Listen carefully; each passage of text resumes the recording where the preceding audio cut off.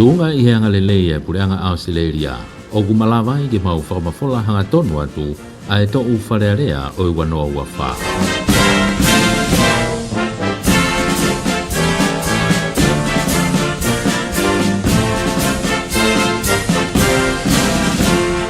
We are broadcasting the parliamentary deliberations for 2024 with the compliments of the Australian government. Ka kei manui e pia tong, ko hui koe no tua ka ea fia. Koe maulo tui mo hu, I wa whape o sisu Christ, ane ka kumai ka maulo ka mau pehe.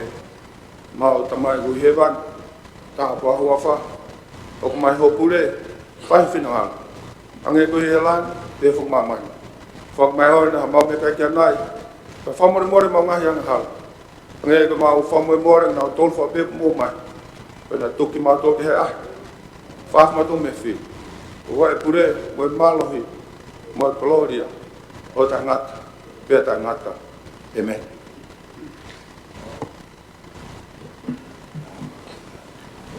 Whamat ki I paremia ka koe mi stapanga I lotu tatake ki tau poka me pomponi. Hoi ki kore ki he karake ki ui hoi whenemi pa whare. Tapu e tia whare area. Tapu e paremia. Ma hoi kunista ka neti. Tapu hoi ki whafofonga o hoi ki nopere ne fio. E tapu hoi ki whafofonga o kakai. Ka tāki whakahoko noi o whare ki ahoni. Tūsite, a tonu sune, waf mau fulmani ma. Ekse o e whare area. Ek paremia. Ek toon paremia. Ek minsta ki muri me kau tau e nefio. Ek minsta ako ngā ue whanua me ngai koloa whakaina tula. Ek minsta tanak pānga humai mo tute.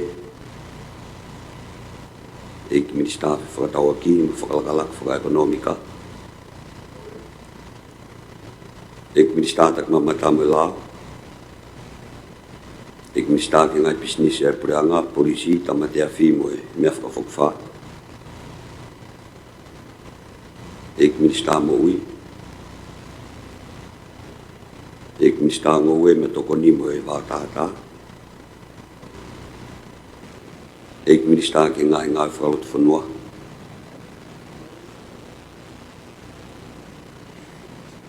Ik ino pere vaea.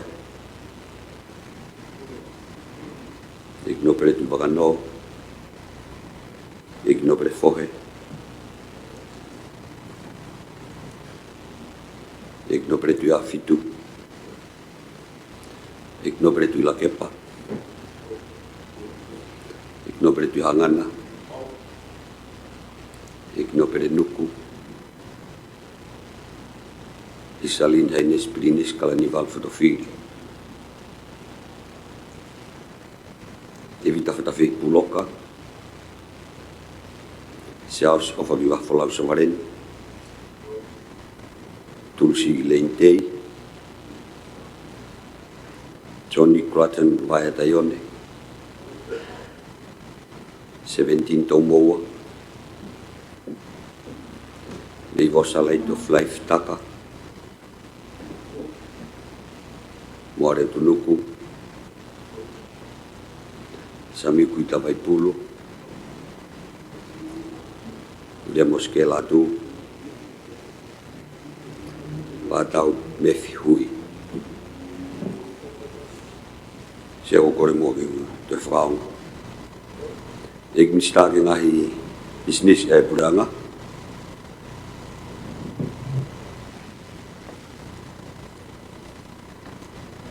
Ik no pere nuku. Salin henes blinis kalanival fotofili.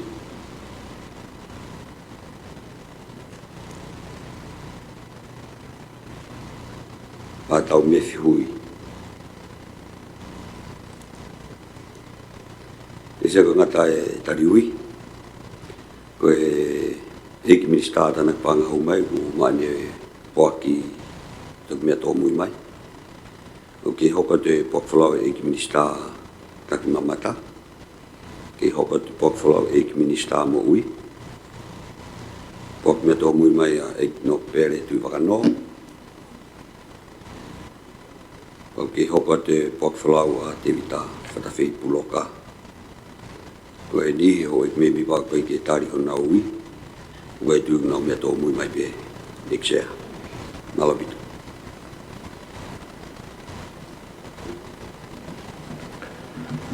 Atapki he awhia e o toa mawmafi i o tau rototo.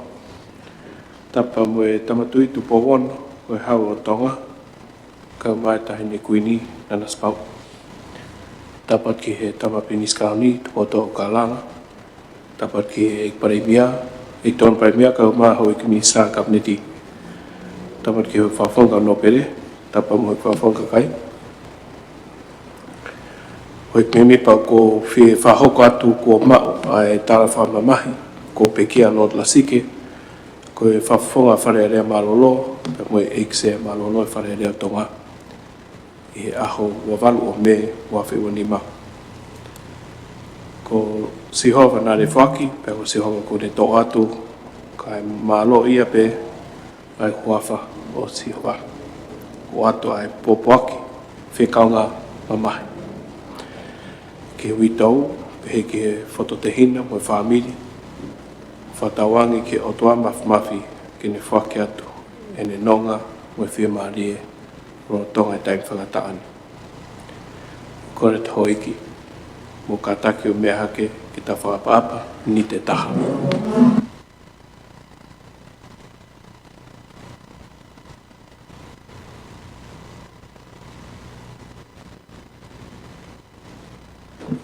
Waro mo wefo.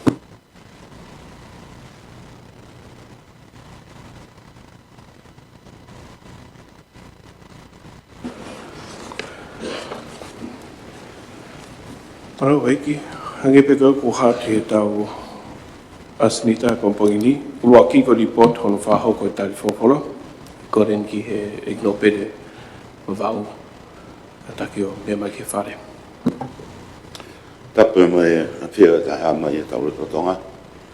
Watapu ki he tu i tong, i pōn, ka mai whare o haa moe o pō. Watapu eni ki he tama Finis Krauni. Watapu atu eikse a whalere a tong. Watapu eni ki he eik paremia, ka mai tokon paremia, mai o eik minsta ka keti. O watapu eni ki he o eiki paponga o eik nōpere. Pe ku watapu ki he Papaponga o ho e ke kakai. Tak mo e feitona se ko whakakakato e tutuni a feitona. Kana e whakakato ia e he waru toru noa o e whai te kōsi. Pena e lea toa e mutuan o mui atu e hei premia ka te he papaponga kakai o wau tāpā ko whakakato. Pea ko lawa e whatungia. Ko mea to tonu ai e pare mea koloa ia e tari folofora koloa ko tō ni taroni e ko kakato e whatungia se ko fotu atu maro e maunga aue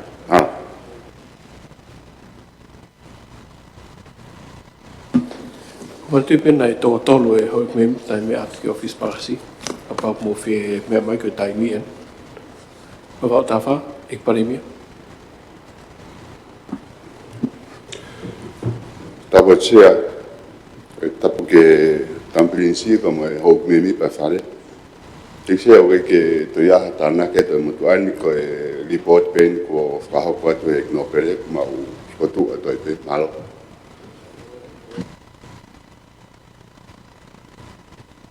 E mai ka me feitona pa ke ke tanga piskalani pa ke ke knopere ka whafonga sea ko e whatungia pe ko whahoko atu e sea Kari wholawhala pa pehe ki whawawhonga ka me wawau kono kāntoa pehe se malo apeti.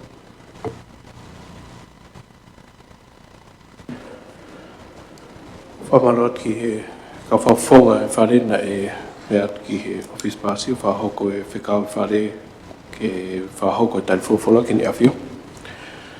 Tau hokat ki he whika whātās nita ko e pai te mahu inga ni ho eki mō me mai ai ki he whātawhare rea auni.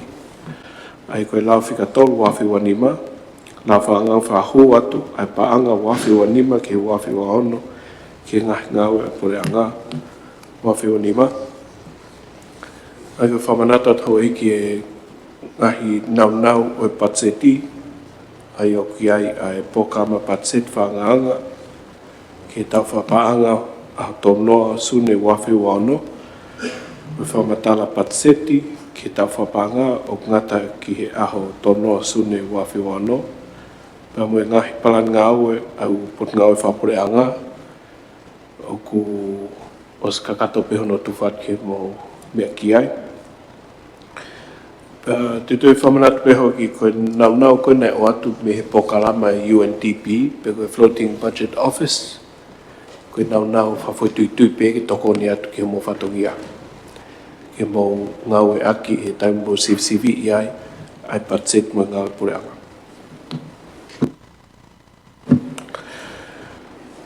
I he whangamari koe ni te tuku e minite nima ki he ikpanemia. Ke o maha ne whamatau no nope ki mo patau na urua ke patseti.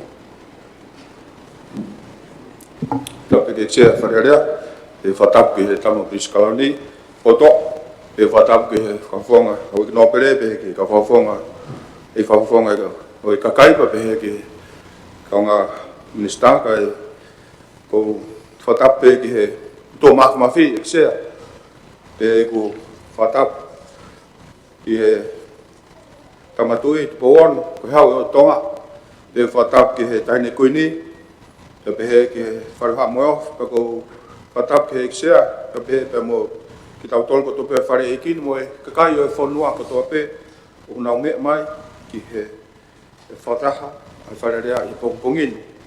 Ka tā ke motuan sea ke ki whakahauka tope ai whainga maari e koene ki hono whatau ke ko hono talateu atu pe kono whahu atu ai laha koene whelawei pe mo e whahu atu hapaanga ke tau patset kahako ai a koe lao whakanganga whahu atu paanga ki ngahi ngā u ai pura ngahi wafi wani maa. Sea koe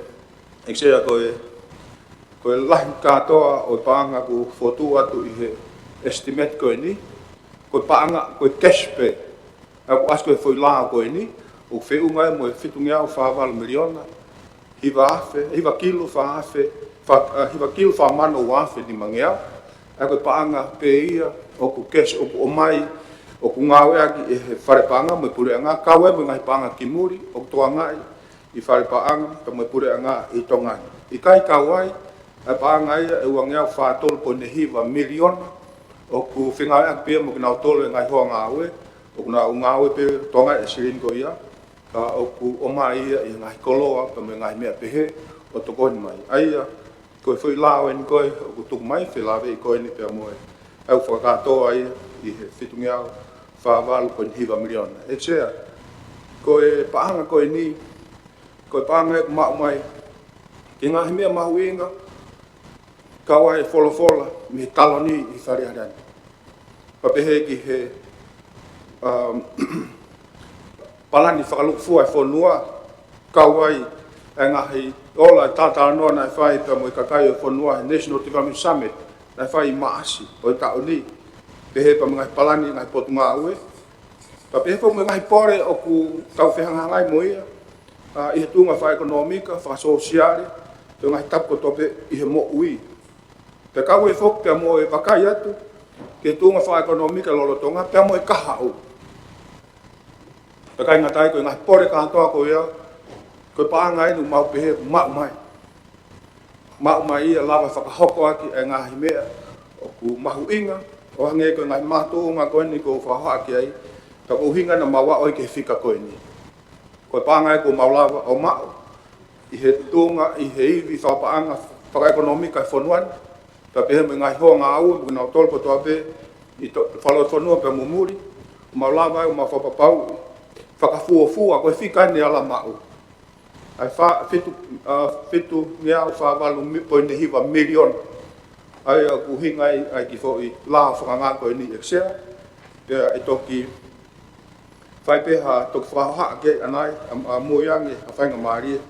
Ka kono tau mua I pe ia, ko hi ko tamu ai o fonuan la fa la ka lolo tonga ke tu loa ke tu pula ke ai fa la fa ekonomika ke tu mari ka kai e fonua ko tamu ai ka ko mai pe ki ka ve nga ia ko ni ke ne hulu mai ko hi ko lahi nga hi pore me nga fe mau ka mau inga pe o fa sino mai ki ka ve nga ko potong e mau anga pa nga e pa to lo mo tu lo e tu fa ekonomika ai fonua yo ai taha ko hai pa ang ma mai te mai pe ia o ave ki ngai me mau pe mau inga I fe mau e kakai pa me ngai me ko la ke ki mua ngai matunga pa ko fa ka to ai mo no fa sino mai fa lu fua ai ko watu ki foi la ko ni se pa ko yo foto to ai ki la fa nga ko ni mau ko ke kala ke na wa ki mai ai la fa nga ki fa hu atu ai pa anga wa fe wa ni ba wa fe wa no ke ngai na ko le anga ko la fa nga ki fa hu atu ai pa anga ki ngai nga e pule anga wa fe ma o ful mani ma o du du ni tu I me fa re a tonga I fa ta hare o pule anga o pehe kupula ki ewi e la fa nga ngani ko la fa nga ki fa hu atu ai pa anga wano wa nima wano wa no ki nga e pure anga wano wa nima pe ko pa ke kamata nga e aki e a ulaki o siulai wa fe ma o fulmani ma ko prata ki Italia no la wa ki la fa nga fika tolu a fe wa nima fa ma nima sebut ke sasovalin tulsi lente vai ta yone 17 do moa e ko sataka mo are tunuku sami ku vai pulu le moskela tu ek nistanga na fa tu fonwa ek nista ki muri me ka ta ne fio ek premia ek ton premia ek nista ko ek nista ngowe ek no per tu hangana ek no per tu afitu ek no per fohe ek no per tu bagano ek no per baia ek no per tu la kepa o loto ki ai e to ko fulmata ko ki ka loto ki no la wa ki la fa nga fa ma nima o wi ga ha fra loto pe ekse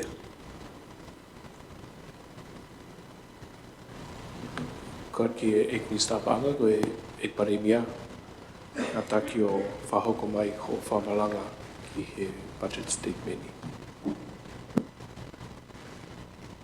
tapo mexia fagaria tap fo ki tam bris kaloni tap ke fa fo nga ho no pele o fa tap fo ki ho ki fa fo nga kakai ka ta ki motuan se ke tu ke fa nga mari ko ke ta te wat pa ma ki fa matal fa lu ku fo no estimate ko ni ko fa fo nga I fo la fa nga ko ko tu mai au fa ma inga to mo fit nga fa wal ko ni ba million ko paanga pe ia ko kes utonga itongan fa paanga ka tu tana ke tu mo paanga e wa ngia fa tol po ni ba million o fa ka to re vai ke hi ba ngia hi ba o se te va tol se ko ma tu mai fa tu ma tu ma ko imagino pitu pe tau mo ai ke pa to lo ki mo tu brekin a tu ma fa economica o fonuan ko hi ko tu mari e ka kai o fonua to ko kamia ko tau mo ai pe ene pehere wa ku fatu rewa nga himea ko ia whanatau ana lawa ki ai whauha ane nai nga himea mahu inga koe ke whai ki ai to kanga ke lawa o a usia pe lawa ke whakalaka ke a usia e tau mua ko ia ang koe na whai whauha a mahu inga koe wholofola ko moe koloa na tō me taloni I whare rea pe whok pa moe palani whakaluku fua ngahi tata anoa me ngahi palani ngahi whataha whakaluku fua pa moe kakai o whonua pe ke ngai business tau taha na sektor ke he planning au ngai pot ngau ya pe foki pa mo vakai ke tu nga fa economic fa social I lolo tonga mo vakai ke ka hau ka nga tape ko ata kai fa mama la pa mo ne tu fa fe tu regional pa kai nga tai ko tongan pe le pe here va fa tu me ai o budget ko o tau ni kai foki ki ai ma fa ampe ke whakapapau I koe whika koe mau o mai, o ku ofi pe ia, I he whika koe e ala whakahoko. Te mau tukanga o pito e kai te mau ai fu whika alahi, ka o sange o ko hanga mea e kai ki whakahoko. Ko hina tō ki toa, ai amanaki i he mea glava, ka ko hanga pene o whakafuafua ki he kaha o. Pene he pehe sea ko hui ko lahi e ngā whia mau, ko mea mau whakawenga pe pachete o tau koe ni, ki tau kaha o. Aki kawenga pe fotu wat, pe potongi pe mau anga paanga, pe whapotopoto pe mau anga paanga. Ko heke pātola ko mo tūloa, ai topu lakwa ekonomika e whonuai. O ku hinga pia sea, ko hui ko pāngo toa pe ku tau mao. Pāngo toa pe ku tau mao. O mai o ave pe, ko haha mea, te tau lawai o liliu po whakalerei. I he tōnga koe ta tau tofu pe, tōnga whakalalafa ekonomika, whakasosiare, ngā pure anga, pe motua, tene lawa e he liliu koe ia. Pea mai pea ngai mea urahi taha pe ua, tene liliu ke toi whakalakalaka anga, ai tōnga o nofo, i he tōnga lolotonga. Pea koe uhinga ia, o ki whata oe, tala e oe kaweinga koe, o whatamua ke patset koe ni. Ai e kono mai pe, ai pānga tau mau, alue ke ngahi mea tene lawa, o tokonia ke liliwa tonga ka te tunga lere yang, ke lawa ke mau, ai tū loa, te moe whalalafa ekonomika. O tau tui pe whakeksia, o kulahi pe koloa ai i whonuani mo ngahi tare ni, mo hai mea, te ke ngā oe. Ka wea e ngahi mea i o whi maa, ke lawa ke o mai, o kau e patset koe ni, ke lawa, ke nehanga o whakaawa e ngahi matapā ko ia, ki he ngahi whainga maari e ko ia e ksea. Pea ni pea sea koe lawe ke tunga whakalalafa ekonomika, ko tunga whakalalafa ekonomika i he tau atakai wha ekonomika koe i lolo tongani, i whao mai ki he uawhi uawhana whakafuafua, whakamamani lahi o ko tolpoi neua. O lea koe ni ki he whakafuafua ki he tau koe ni pa mo tau kahu me mei holo i wha tolpoi ne tolu. Ka koe e to liriu lahi a hensea. Ko uhi ko liriu koe ni aianga o e ngai tutu oni o kwhai e ngai whanua hau, tau te whito ki whakawhitau aki. To e lahi, angeu to e whenga, au e ngai to tongi whakawhainga ta ia, ai alu koe e whakatau aki ngai koloa, pe ko konga lahi taha ia. E tau whanonga koe ni he tau kahau. Ko mea ia ko koe ki tau, ko tae mahino e po uncertainty, lahi taha ia. E tau oku hanga mai me mua, pa hanga ia hamatangi, kene hanga o to e whakatungia e tau whanonga koe ki he kahau. Ta koe mea lahi taha ia, mau sio kei ngari whika koe ni. Ka he taim te tau, kaha mea te tau whai whakalot whanua, pe kai ngā tai whinga o ea, whatau aku po tau ngai whanua koe i he Pasifiki, ke tau lawa matu e kina, e ngahi pore koe ni, tau whinga ngai mo ia sea. Pei ene pehe sea, ko taim te tau whok, o to whai tokanga ki hiki koe ni koloa. Nā toi whai whoki, hano toi whalerei, hanga hano fua koe, o e mahu inga koe, hiki te tongi koloa. Pea ku kawa mo tau tolu, i he au ke he tuunga, o ki he peseti, e whāpoi neua, i he uawhi, i he tau whanonga mai koe ni, e uawhi uawhana, e whāpoi ne tolu, pea ngari pehe, e hola fo pe ia, i he waha e whāpoi neua, pa mo tolu poi ne nima sea. Kai taimta tau, ko hi koe lolo, pea mo nganga ehu mo ngahi tau o whai tua pureanga, e taimta tau tuanga pe mo pureanga, i komiti kauna tuanga, e mawhai ki he tuanga i tina totongi, ke whakapapau i pe, o ku hiki ngahi koloa kone whatatau mo ngahi whakamore ki ngahi koloa ku mahi ngai pisisi. Ke ua hiki ai nau tuunga totongi tupu o fulahi ia i he tuunga koe o tongi ke whakapoto. Tamta tau pe sea ku whawhimari e pe tau tuunga paanga mohe. Paanga mohe whonuani ko uhi whate whito whokia. Ko lahi e paanga tau humai me tua pureanga. Whapaanga pe he tau tolu. Ke he tuunga whimari e pe sea. Ai tōnga ko ia. Ka he taim ta tau, o mahino pe kwane whelawei, ai lahi koe ni e tau paanga, o ku toi ko ia, pia mue ngā ue wha ekonomika ko tau whonuai. Hange fu lahi, ai paanga ko ia, ka tonu ia ke toi lava mai paanga ko ia, o tau toi ngā ue lahi aki, tau te whito, i he ngai paanga, ke mai he ngai panke, pia kai ngā tai ke oatu, ke ngā ue, i he ngai kakai koe, o ku nau ma teu, i ngai sektoa tau taha, pia ngai sektoa tau ke he, ke lava o ngā ue e ngai whainga maaria o kumau pe e tongani.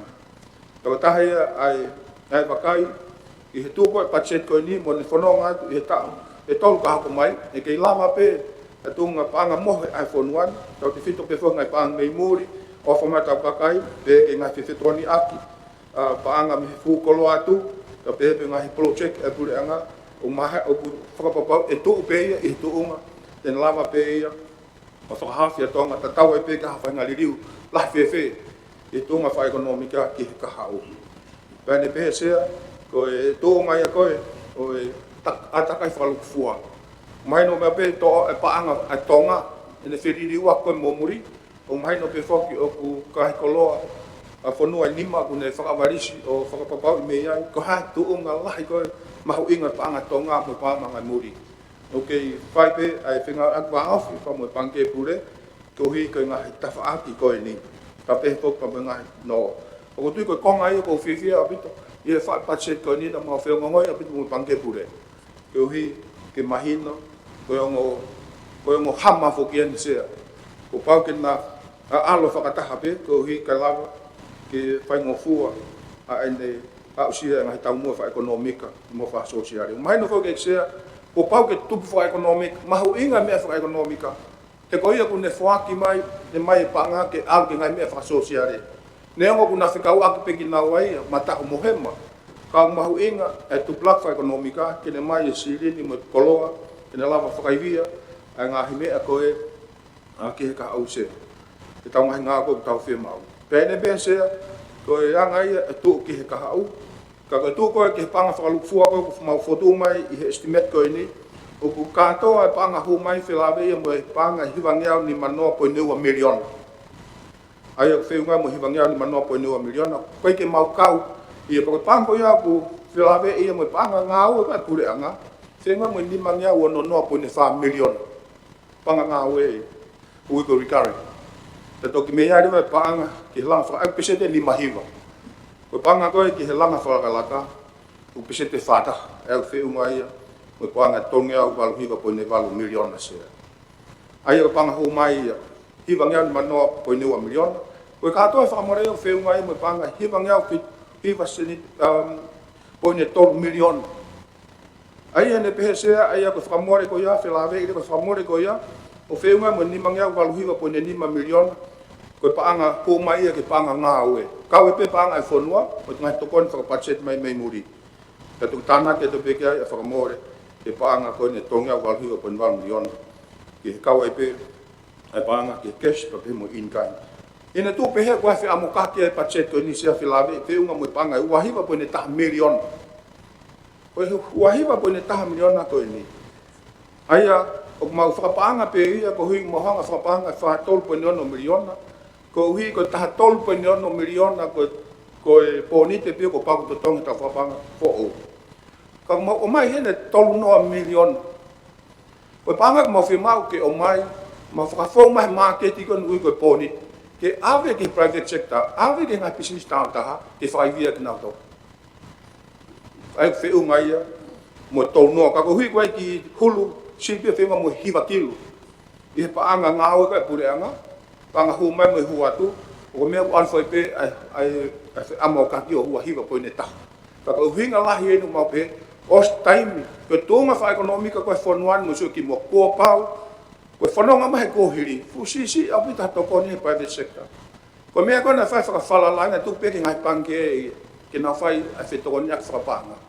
Because mea peke sea, ek sea pa peke whare akin, koha pesinisi, koe ne halanga panga mi mei whotunga e ua. Lok, panga peo ki nau tolu, koe kuha nau tolu, ai pesinisi ku nau wat pe kamata aki. Ka toki lele iai pe ia, paka pao maa tup, toi tānaki mai. Kai taim tatau, ka pao nau whi maa whakalahi, pao ka nau alu, o no me ngai panke. Ko mu me pe sea, o ngai whi maa oe me ngai mea koe. Koe anga maheni mai, ta kaha o, mau whaamu ke fotu e market for o i whanuani.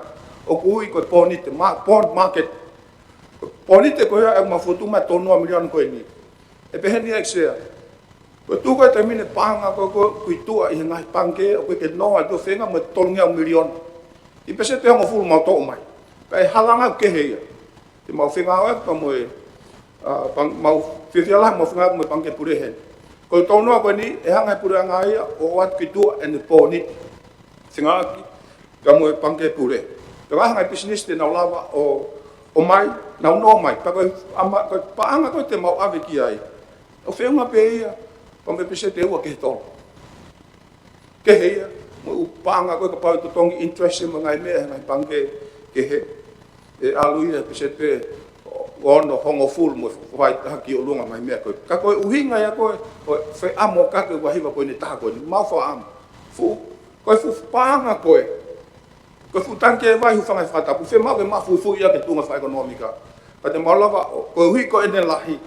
Te maulawa lewa mau tolo no mai, aki peseti maa. Tolo mai koea o ave benga e pesisi e pesete tolo. Ai koe mea ia koe mau hinga ki heni, ke tāna ke te to klave amui to ya me ngai panglahi tu ke hea ai mahu inga ko konga lahi e pache ko ni te whakatoa ngai kina whakaivia ngai private sector pakai ngai tai to foki mai pe ke ngai whakahok whatongia kure anga i ngai hi potunga ta i hea ta pe he te moe kai ngata pe i hea ko ta pe he foki ki he tu ngai mo ui to ngai ngai lahi se ai ko no ki whakatata ia, o tu onga koe koe whakaluku fuase. O tu koe, o tau patseti koe ni ihe, tau te tau whanonga koe se. Ko tu ta mine panga mohe, a pura ngā koe cash reserve, o mau ihe te au whakatah milion. O mau tu beta whaaki, ko uhi ka aha mea, o mau whaampe ke ua ea tu konga, e ngai no koe ni, e o se ange aha mea tene hanga o uesia e tau tunga whakapanga. Ai o tupe me ngai ngai koe ia. Ai panga ko ia ke hoko pe ia ko lango maki mai ki he ngā we se ka ko tu whakalu fua ia se e patset ko ni ko mea ko ke ngai polo cheki la o ku ngai mea me muri me ngai panga ko ia o nei hao pe ia o alo ke ngai ngā ko ia ka ko e fotu ngai ia mo fu o ia o tau patset ko ni i tau fu o se ko ko le ngai ma tu ngai la ia ko ni se ya ko ulo aki ko mahu inga matu e kina ngai whatamak whakanatu la sea. O mahu inga hai no mau awe kawen i he kauheni ai paanga mau wahe ke kamata hano langa koen o e hala whakawakawa ka mei kolos pa mei i he lakun koeni. Ai ku mawah aku alu ka mei maufanga alu ki whala. Ka ku oswai e ngā au e ki heni pa ku whai whataha. Ka was fai felonga ka mo pange falala ka Asia ngari ka pa ke lava o tarien i tauni tarien he tau ka o kohi ko nau fe ma ve nau tolu i nau fe ma fa nga o se ka lava he ni ka bus ka ma paanga mai e pange Asia o pange mamani ko pe mo to kon dia tongan kohi ke nau lava fa paanga ka mata re nga o to ni i tau ka mo mea pe ai pore o mea ko ni ai fihi ko nga mea re ko foi palpare malolo tonga i ai fihi ko ngai mea rere mo tuai a whewhanonga aki me he tawhaak whahake ki he nau whanonga aki mo nuka o whani pa pehe ki he whoki. Ka pehe whoki, ka i kai te iai ha mea ke whae ai te tukutuku ai ka inga, he taimi ko toai a whaatamak whakanatu la se. Ai a pako e tahai a ngahi mea ku mau whotu mai hen pakai ngatai, o ku mau toi hiki hake malu i. Malu i koe whonuan, o ku tu e taimi ni, o ku mau hiki hake, pacheti me he ua po ne ua milion aku me he taha milion ke he ua po ne ua milion.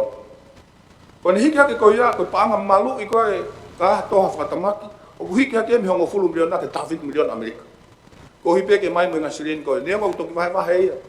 Peseti e ono noa aluia ka pai hoko ha matang ko e peseti ki he tsunami mo mofu ike ka pehe ka to whatamaki ko hiko la ka mau pehe ko insurance ko paanga ko hi ko paanga ko ni mau anga paanga ni me ko paanga taha milion o me o mai e ia e me hongo fulu milion ai the rate of return o ku ihe kai ngata fai se ke fai pe e tau mua ko ni ai matu e kina ngahi whatamaki ke toanga kina pe ai fai to tai whakalao pa ko tau ni o mau tau ka hau o mau vai ba mai estimate pe ia ave foi polokalama make ngai va a ko ni ki he policy Pili sone me kastomu pe anga pe mono panga pau ko hike na fai ai ngā ko ia. Ko te toi tau mua whaketa o pu whemau i he ngāui whakala ko te ngai sektor wha sosiale sea.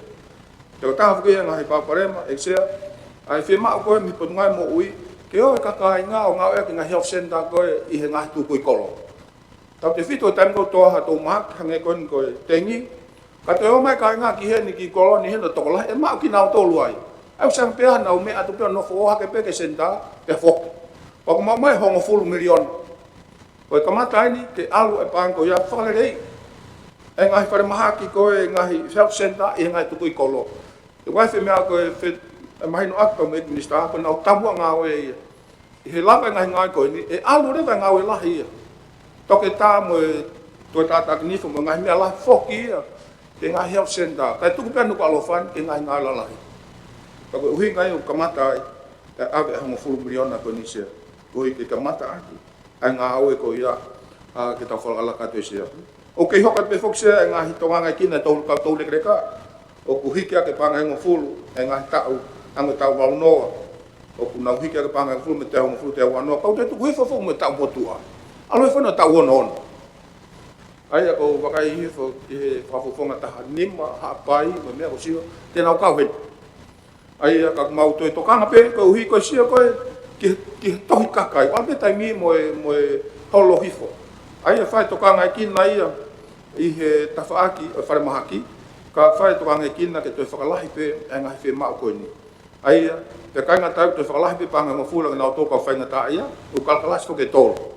Ai kau whainga tā ia, koe konga ulak, mo konga ua, mo konga tolu, mau toi whalahi mai ia, a ki nā tolu he mea. Pau whainga anta whoki ai, o ku hokoka te ngāo koe ke tu hanau senta, panga hiwa miliona, ke ting nā tolu he mea koe ia. Pe whoko ai mga hitokoni hokoka te pe, ngai whare ki nā tolu masiwa. Pa pe he whoki koe pe moe, pangataha koe niua miliona, ki koe polkalama, no eni e kakai hui whawhinesea. Ko enu wai taha poe niua miliona, na elere pei whare panga, mau tō mai o alu ke pange whalala. Tanga taha poe niua miliona. Ka kuei ai ngongo lere i asi estimeti, o si to mai he i pite nao mai, e panga hiva miliona. E whiunga me pe koe ua taha miliona tupu. Te nao kamata ke o mai ke tokonga i kina, e ngahi pisinisa hui whawhine. E koe koe ngongo lere i. Te nao mai ua taha miliona koe ni, te nao kamata hao pe i siulai, te ua akos kamata ke tala noa, ko hai whakaiki iki. Ka mahino pe ia tokanga, ngai klub ke foku ia hui whawhine, ngai business lere pe ia, o ngai business ke toka mata, wai ni to whenga ke business. Ka koe wataha miliona ko ni, tāna ki mai, wataha mai taunoa miliona e pure anga, alu ke ngai business i. Kuna utole te nau toko ni, ai mea ko ni. Pa kainga ta foki ai sea, o ku te hoka tu pe foki, pa moe, ta whaki ko ni oi ako, ta whinga ko ni wharere tunga ako sea, ko mea mau inga foki ia. Ke mea koe sea, ko mea maha inga taha ia, neonga e lotu, ka koe kakai o e whanua. Maha u inga, e teu, ai kakai o e whanua, ke nau mau, ai ulunganga rei, whalala anga mo matau tau. Ka o tui koe taha ia mea na whaike ai tō koloa, wholofola pa me talo ni, pe koe konga maha u inga inu whanatokang ki ai. O mau whalai pe patsete potungai ako ki ai, o mau tuanga i kino me mista ako, ka mau o mai i he tau koe ni mea fo oe, hongo fulu miliona. Mo fiu miliona ko te mau ave ke panke whalaka, ke noa teo ke ngahi ako ko ke pure anga. E ko hinga fok ko ngahi ako ko ai pure anga ia, o tuanga kina pe ko ngahi tokoni ave ke langa whalaka ngahi whare mo ngahi mea pe, a tu ke heange ngahi whima tono whakahoko, mono whakalere operational expenses, ka ko ngahi langa lalahi en.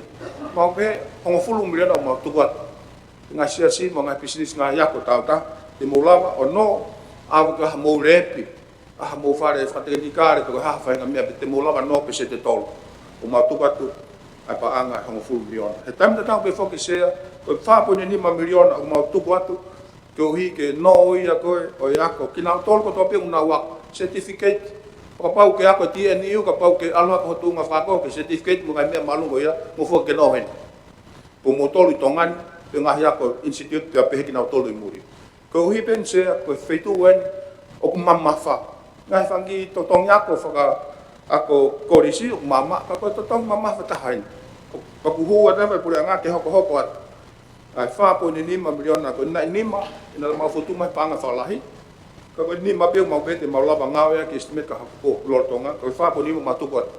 E kulahi o pete whaka eke mai ki hen. Ka koe hi koe mahu inga koe ako.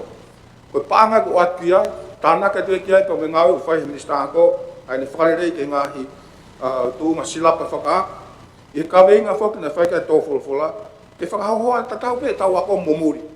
O kou lawe i pe whoki, o koe ngahi ako ko kamata ke nau whou nā tole ngai silapa ako amuri. Ta pehe ke USB ka koen ti tau whenga, tau toe saupulu pe, ti tau toe whenga, pa kuwai whenga ngā aki pa munu sila, pa pehe ngahi hoa ngā we, nau lava ke nau tokoni mai, ke tau whou atu i he kahau, ko lava o whakapau e tau whanau ku nau si e form fitu mo ngai mea ko ia e tole rea ngā tonga sea ko tui koe mea ia i ta whaki koe o ia ko sea ne uslawe whoke he tuonga koe i he mo ui pe pehe whoke pe toi whai he ta whakoe mo ui toi whai pe e tukanga ki langa rewa a prinisimu wharemaha ki fit point e 9 milion ko se whai mai design ki tōmui mai ko ma whamna alawa ia kamata ngā ue estimate ka hako pe pehe whoke kohi ko sai to no panga o ma mai to pe fo ke langa fo o ako nesi kun salote ono ko ni nim exe to ko la he pe fe ma ko wa ko nesi i ka ngata pe ho ik tangata au i fin o ik tangata no to ya mu ke ngai ko ya o tu ma hu ingai ai no langa ngai me ko na fa ngai ma mumuri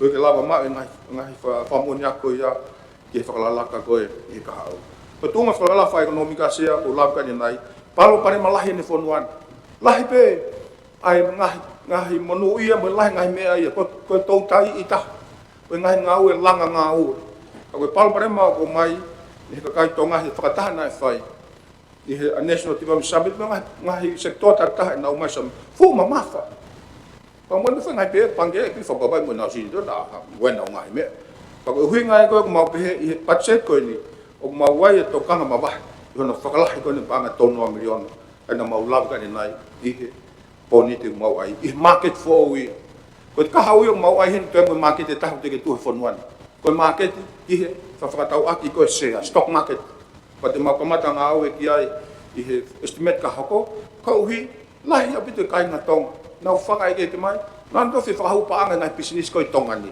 ka koe ke nau lava ha mea ngau ke nau hu ai ka ko tui ko e hu ai tu nga koe ni market for ko ni ka kamata re vai te hu pa kamata re ko whakalaka tonga ni ko ngai market u te ke lava mai ka go tui e ka hau mahuinga ke long mau ia pe to lolo to ang ngai ngau ko ngai ta fak sector whakapanga o mai te fo to no miliona ko ni mau o mai ka ke o mai mo fulu miliona ka ho mai i tangi whalaka ku se pe ko hi pe ko na to ko ni mai e ku alfa ta pe ko na polisi na tolu te ngai ke whakalaka mo whakalaka mo ui ngai business ta ta pa wai po ke o tongai pe mo full benefit milion nai no ko pangi whakalaka tana ke tu pe i he fa no benefit milion nai pang ko ni se ai ko tu i ke ka au ko ngong le ta e i hene i siulai pange ko whakalaka Asia na o si whakahoko mai ko tahi na diliu na funga ngawe ke na alo to ni ngai business ta ta te na lava o fo tu i tongai o mai no poni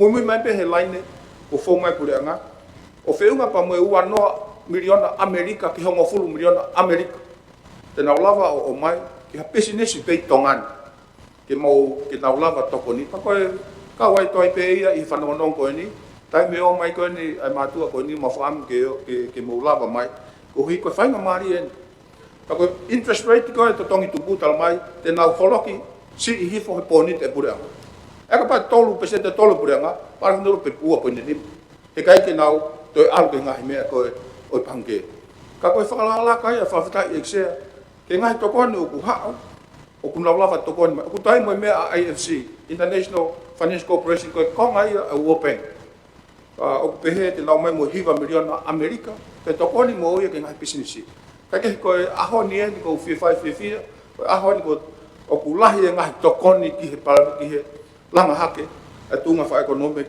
fo no sia ko me ai o ku fai ai ya budget ko ni ke ne tai mo e ku hinga pe to ko ni mai ngai fo no so ma tau tai mo pe mo ku hinga ko ha confident pa ko tau fa tai pe ko hi la ngai to ko ni ko ke na o mai e fo no ka pe fu se to ko ni ko hi ka ngata pe ngai business ko se tongo we se fa to kanga ke ti na tol o sa ve fu fai to ko ni pa ngawe pe mo ko ngai ngowe pa pe he mo pura sai na wa wa no milion na mau na tonga ngau ki ai ko no mai ko ni ki pai o ke ski fangi livestock ko hi ke na lava to kon o tu ta minu sa teknologia i tonga ni fa afi teknologia me sire na pe ka pa mai ngai teknologia ngai a to kon ke na va re ke to ka kai ho fa ngai api o to fa ta mai kasa kon memory pa ka ngai ma ngai api ke na to al holo e fangi mon manu e me ko ya ate na lava o to kon ni mai pa ka ngai ta mo su ka ngai pack house mo me a konte mausio ya manufacturing ki hen fa ai a industry ki ai ko to tai se ko ta ne pal pare ma dai mini O nau tolu po no foi private sector ka tau tai ko ya nau tolu pe. Fu mama fai ka tai mi. O alpo panga tolu nima ko hakula po ka fa tapu kilo. Ka ko fai nga os ko to kon ma asiaina wa ka fo e tolu po pe fa tano mo se pan pa fo e wa. Ka ko hi ki tuai ni ko hi ko alo na processi. O fai nga mo se aina ko ngai ka ta va ka totai I fisi na lava ha pe na tolo totai mai mai na ka tu pe mo pe ko a ko mai ka ki hen. Na lava holo ke to tong oika. Ko hi pe to konik NCT exia. Alo e paremia. Te o tau whina ho taimi ko hi ko e tau tai maloloen ka to koko atu e tau breaki. Bebek sia Ferreira. Alo hoi. Ko e whamalanga e Mr. Panga ka ko e paremia. Ta whangangata. Pa koe ni ku kei hoko atu pe ne whamalanga I e pes fitu. Ai koe te pile wha. Tau meksia. Ora da tonga pa pe ke miskalani. Pe ke pa fonga ke no pere pe fa fonga ka kai hoko atu pe sia ai ko tamu nga no tolu. Ai fala fa ekonomika ngai la nga.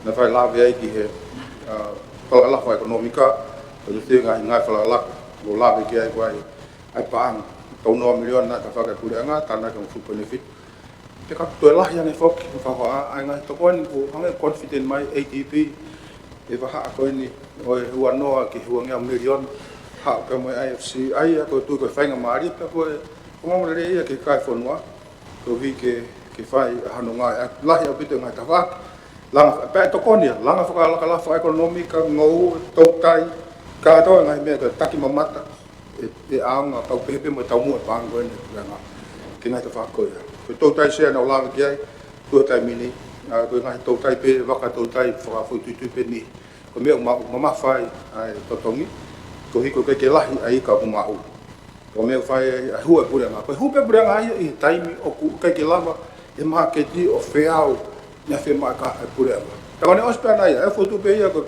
ka ta ko o se pe ka tu ma alu ia ke pa ke fa foi tu e ku hinga pe hu e pura nga I hinga pisis ka pa ka ta ke fai nga o ko ia ka hu atu pe e tu nga a pe to kolom ko hi ko e tu ko hiki ka e ko lo ta te fito ke to tai ta hinga la ia o to e ka wa to ai pura nga e to fa ko I to tai no slave pe ki no we ta ki mamata ne pe fo ki nga ai ka ta na o mai pe te na fai sonne e na ground breaking I sonne a hono kamata nga ko yo ko mo ke fa ngong pe ai ko ta fo ke ai me nga business la ko na ma o finga paanga holo I tongan ka ko ni ku la nga hi paanga to te hit ko ADP na fu fe fe pe ko hit na lava o to ko ni ka ke ko palo pare ma fa ekonomika ia e langa ngai ta fa ko ni ngou to tai tak mamata ngai ko nga ko ia ka ko ni ko ngai fa ngamari isme ka ko lava fe e ngai fe ma ko ia o mai no pe fo ngai ngala la ni lava ka ni na se am hau inga ko ni foto ngai fu ngala ula ko ni ngai ko 1 milion ai kamato ni ngau I fanga uta ni slave ke ya hon ani na yang ta pe fo ko hau ko ko to tai tu fa to ngai ai o koe ke sai hatau uafu tō tai a tau tō ke mai uta whakahifo ai. Koe palpare mai o mai koe ni kau sei whai whai tāno. Nea koe kia ha uafu ia, kau ia I whakaho. I ngai ngai lalahi mahu inga te whai mo ai lewa ha uafu ke tō tai. Pe kai ngā tai hanoa whare, koe ke hao koe ai tō tai o alo pe ki ai pe tō alo at mea. Kai ngata pe I e whemau whalot whanua pa pe whoki ke mui. O kumaina pe whoki ke mahu inga ai tokanga kina o I ngahi Feriwa kia ea, ko pe ngahi tokon keke.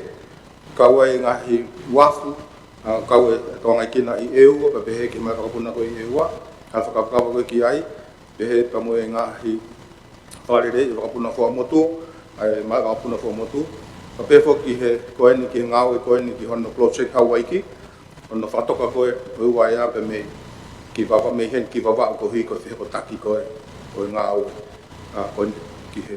Mahu inga ke te nos ko ta fo ke se me mahu inga ko tau kamat to bu ko si e fu kamata me ko digital transformation e kamata ne ke tau mangatu ke tau hoko atu ke nga ke teknologia pa ko ke teknologia no nga ki ki nga hi o fotu pe ko ai foi faunga whakamatala whakalukufua pa toki o mai rewa pipiki mai kia e ngai potunga tauta ko whare maha kia ni hau e nau ngai mea whelave mo tohi whaere mo ngai mea pehe pa pehe mo nau tole tohi tau e ai taime hao mo iai pe mo ngai business license ni pe whamuna lova ngā tohi tau ni hau katoa kia to whai ngā au ia ko he taimini ke resi sita taha kotoa pei tongani pau angi ne fika pasi ko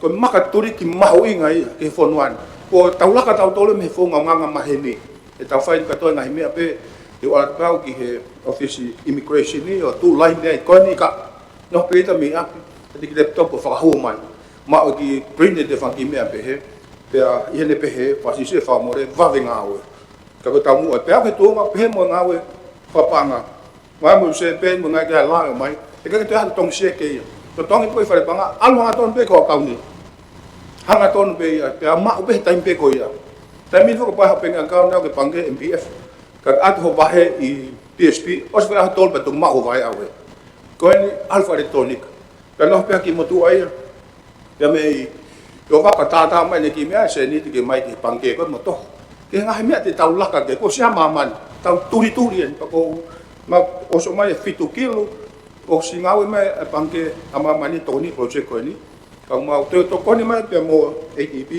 e ko hiko ka hau ia ko ni mo ate fitu kilo ki ai ko hike lava ai ne hoko atu pe fo pe mo to tai mo ave ai tol kilo ki ai ko hika mo ki tano ate mo na tol to ko ni mai ko no ilo pe o tau mau inga ia mo tau silinia ka ko fononga tu ia ke ka hau awat pe fo pe mo mesiume to ko ni a Saudi Arabia pa ka ta ko pa nga ta po ni milion ma foto e paseti ko ni ka hau ko hike kamata ando fare ngai fare fo i atalang talo fo ke lere ko folo mai ka fai a sio ki ai ka pe fo ka fai ka mo tokanga ko ni ke tau high commission na fo o ka tau foto mission na fo o i suba ko hipe ko ka kai to la fo ki ai ko ma foto mai 1 milion ke kamata nga ko ia ai i ngai nga o fa puri nga ia ko hike lava tau kai nga tongai tau te fitu e whanau ako tai mea ku hoko hapal parema COVID pa tau mahaki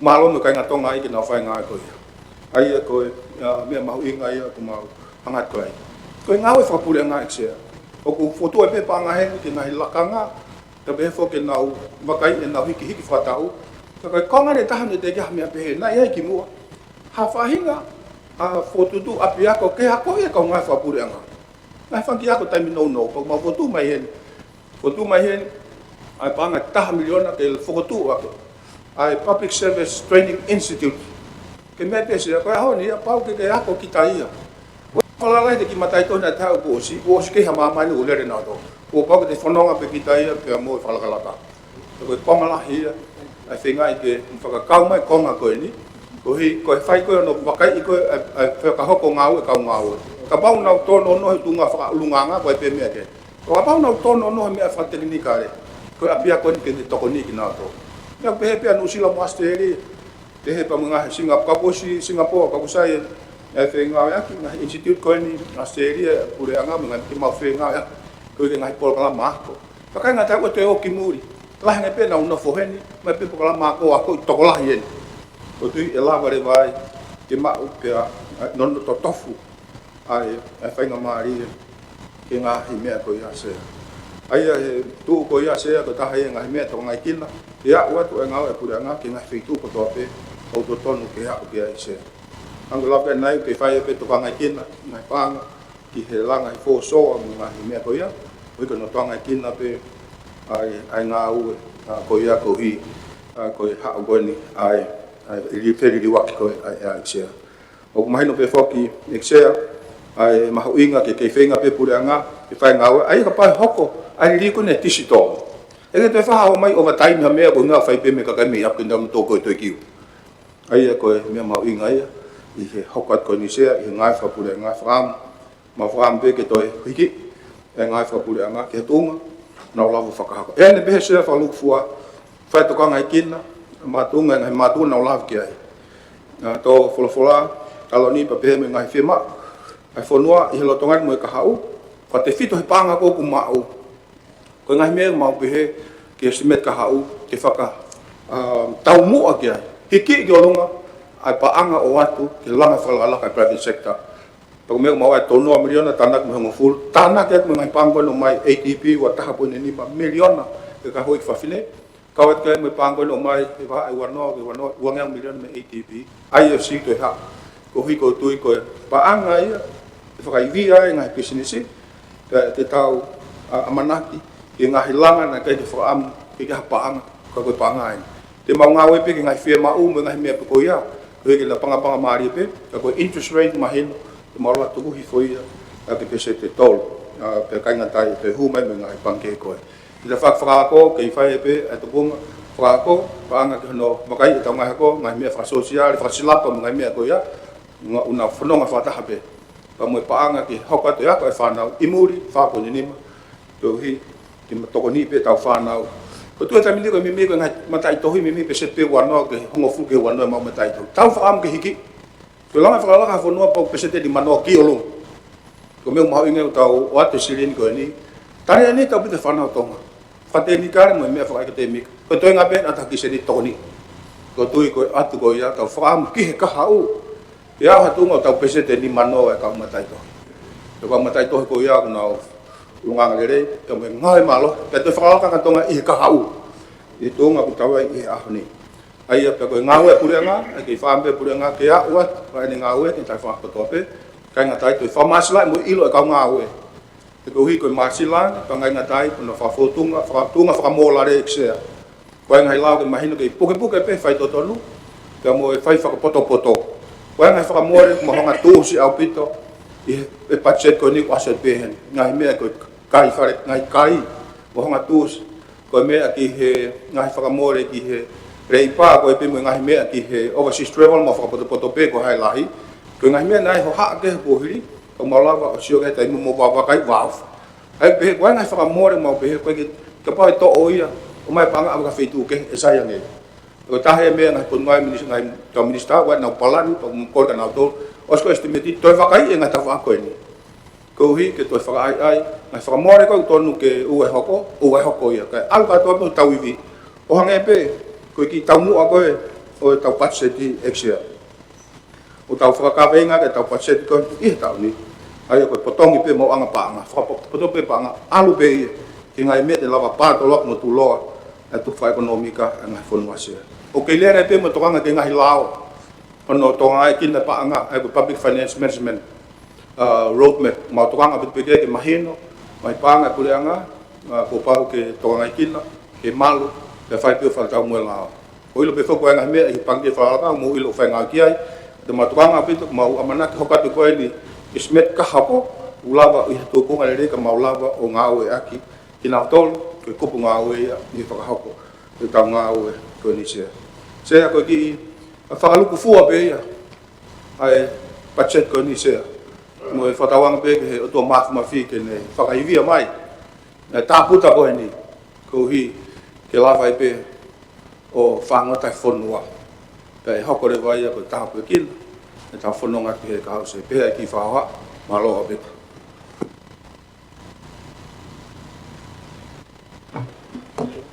Para ki he Krista Panga ka koe i pare mia no fofo whamatala mai ai whamatala patseti ke tāpanga whapanga fo. Me mai tōna taptou ka koe se kopi panga.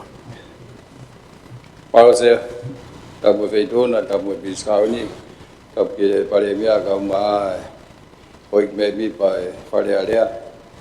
Tomo ape na whamalo ki Mr. Panga ka koe pare mia Ore kau ngawe teu mai koia oi patseti koin whahano area o ngā pe ko le rei whalu fua mai whonua. Teu tō mea lara he pēsea i ngā hei poini pe ngā hi mea tau peke whailonga.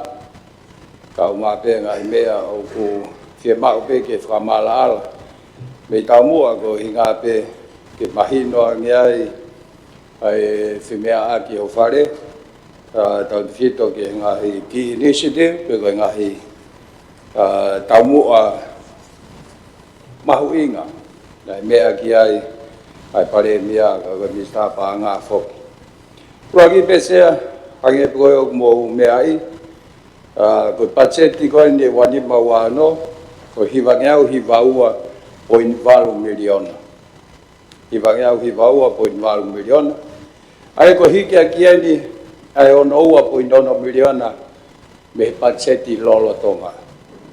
Hikia kia ono 0.2 milion.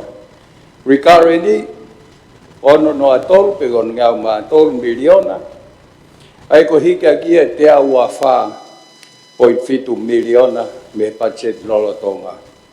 Ko tiveo meni lewa au kuholo, ai ko project ien mo wala mea pehe, holo ake no 1 miliona. Ko hange peko na mea aki he pare mea, ne aleo ato mo po e deficit, pa ngai wahiva, 0.1 miliona. Of interesting folk pa ku mahino ay reallocation ko ni og fai ko yung ngai pot ngawe lalahi ko ni nima o kunauhanga to ko ngalahi budgeti o fare panga o pesete watol ko moi ko infrastructure ta tol pot ngawe ako ta pot ngawe moi pesete hiva pe meiteki pesete nima ai aku mahino hene ngai whamamafa ki mea whakapaanga mo ngai tokon pehe kau mai ngai ngawe lai hange koe tanuhala mo ala mea pehe pese tātolu pato hoko hakea ia ko mo ui e tau whai hawhehu i hene ki he mista paanga kau mai mista ako mo mista mo ui pe koe mea pehe ni o tom ke oange manaua ko uhinga pe koe whamama whai ki mo di mai tu e tai ni mi wono hiva pointaha ai deficit pe koe tomo mo ko me ke whakaukau kei ma me e ke tau area pe ton lai ke aha deficit o gloto wa palani se budget e tau ni ton lai ke aha deficit pe kono holo ki hifo hanga hi whakamore o tau pehe o kai ke maho inga pe kai ke tau pehe e lava toloi ki ha tau hoko mai pe excessive o holo hifo ke budget mahino o vido pea mi sa paanga wahiva pointaha e lava o whapaanga ki ai ponite mahui ngai pe mo lere ia no ngau ia ke ponite ke ne mop up mai a se niti o tuk no ia i pe kai ke ngau ia ki e unga panke ka ko me mahui ngai ni mi sa pe fie mau nai ke tau whakamore o owa aki ai wahiva 0.1 milion. Ko mea beta ke tau iloi, leo ko koe pōnite. Pe se te tolu koe ni, e ai e kaha ui au pau ke nau totongi, ai pōnite ko ni mo pe se te tolu. O hange pe whakenia sea, hano, ka koe no ki kehe, ko mea pia ai institution koe panke, mo tōtaha o kuno. Ka koe pōnite, o tuwatu, tau pehe he pureanga, ai whainga maare ko ia, lea mai rewa kakai o nau tā mai. Ai mai pōnite taha, ai mai pōnite tahaman. Ka koe end of the day, e pau peke payback. Ka koe hange koe mea ai misa paanga, koe interesti o ki he pesete e tolu. Ai e mea ia whaha ki pe me aki ke ai pa mo e tukai peke misa paanga ke whaha sio lere i pe ko hinga pe fie mau nai ke tau whakamore o lahi ange i ho tau iwi whakapaanga aki ai wahiwa 0.1 miliona. Nā ke mea whoki e misa ki he hala whakaukawa. Mahino pehe kai ke lawai a langa he tau. E ka koe mea he koe ke sio ki ai e koe hae paanga e whi maua ke whai aki hanga aue i he tau wha paanga hoko mai o realistically enough ke mahino koe ngā aue ia e ala whai e tau wha paanga hoko. E hange pe koe na ke mea ke ai o asi mai pehena maa koe wanoa miliona koe na asi pe koe screen e ala whai e ngā aue ko ia i he tau koe ni koe mea pe mahana ki toki whemea ki pa moe mista moe tokon pare mea pe lawa ai ngā aue koe ni i he ki taimi koe ni o toe pe ton ki aluia ke taimi tau pehe realistically e whai tenta mo hafua mo whakapapau mea koea mo alea pa mo pake e sia ka umai pake a mamani pana tok whai ngā we ke wano wafe wano wafe tu ko mea pia ki tok whamalala mai e Mr. Pang mea kon ke illicit drugs e Mr. na tau he tau mai ko ne fiha ko ni talu me he whai ko fono ai na fio ke fa tal noa be ko hai me fai ke fai to ko na tapu na fai ave pe banga ni ma miliona ke tuku ke fai tu ni ke ai komiti ko ni ko fa kau o kai ke tau me in advance pe ko ha ai project pe ko ha ai nga ue o fie ma ke fai ke tau I aki ai fai to ko na tapu ha ngaui ke fai ke lava holoki ai uesia o takai e fai toko na tapu ai me whakatata hai lewa e foi feitu pe e ta ka hange ko me a koe nai toko si o ke pehe koe o tu whaia ke pot ngaui e tolu koe ke kaua e hongo pot ngaui mahu inga e ua pot ngaui e ako pot ngaui plisone koe plisone o tau hiai aki nau tolu o nau whai hia, ki he ngau e ake whai toko na kapu. Tuke pe, Mr. Baga nau waspe ha ko ngahen. Pe a moi pot ngau e ako. Ko no ako e tau whanau, ko tau o ai ha awareness training program pe koe wala mea pe he. Ke anga tawa tataki ai nau tolu. Me he tupu hake nau mo ui o nau ngau e aki. Ai whai toko na kapu.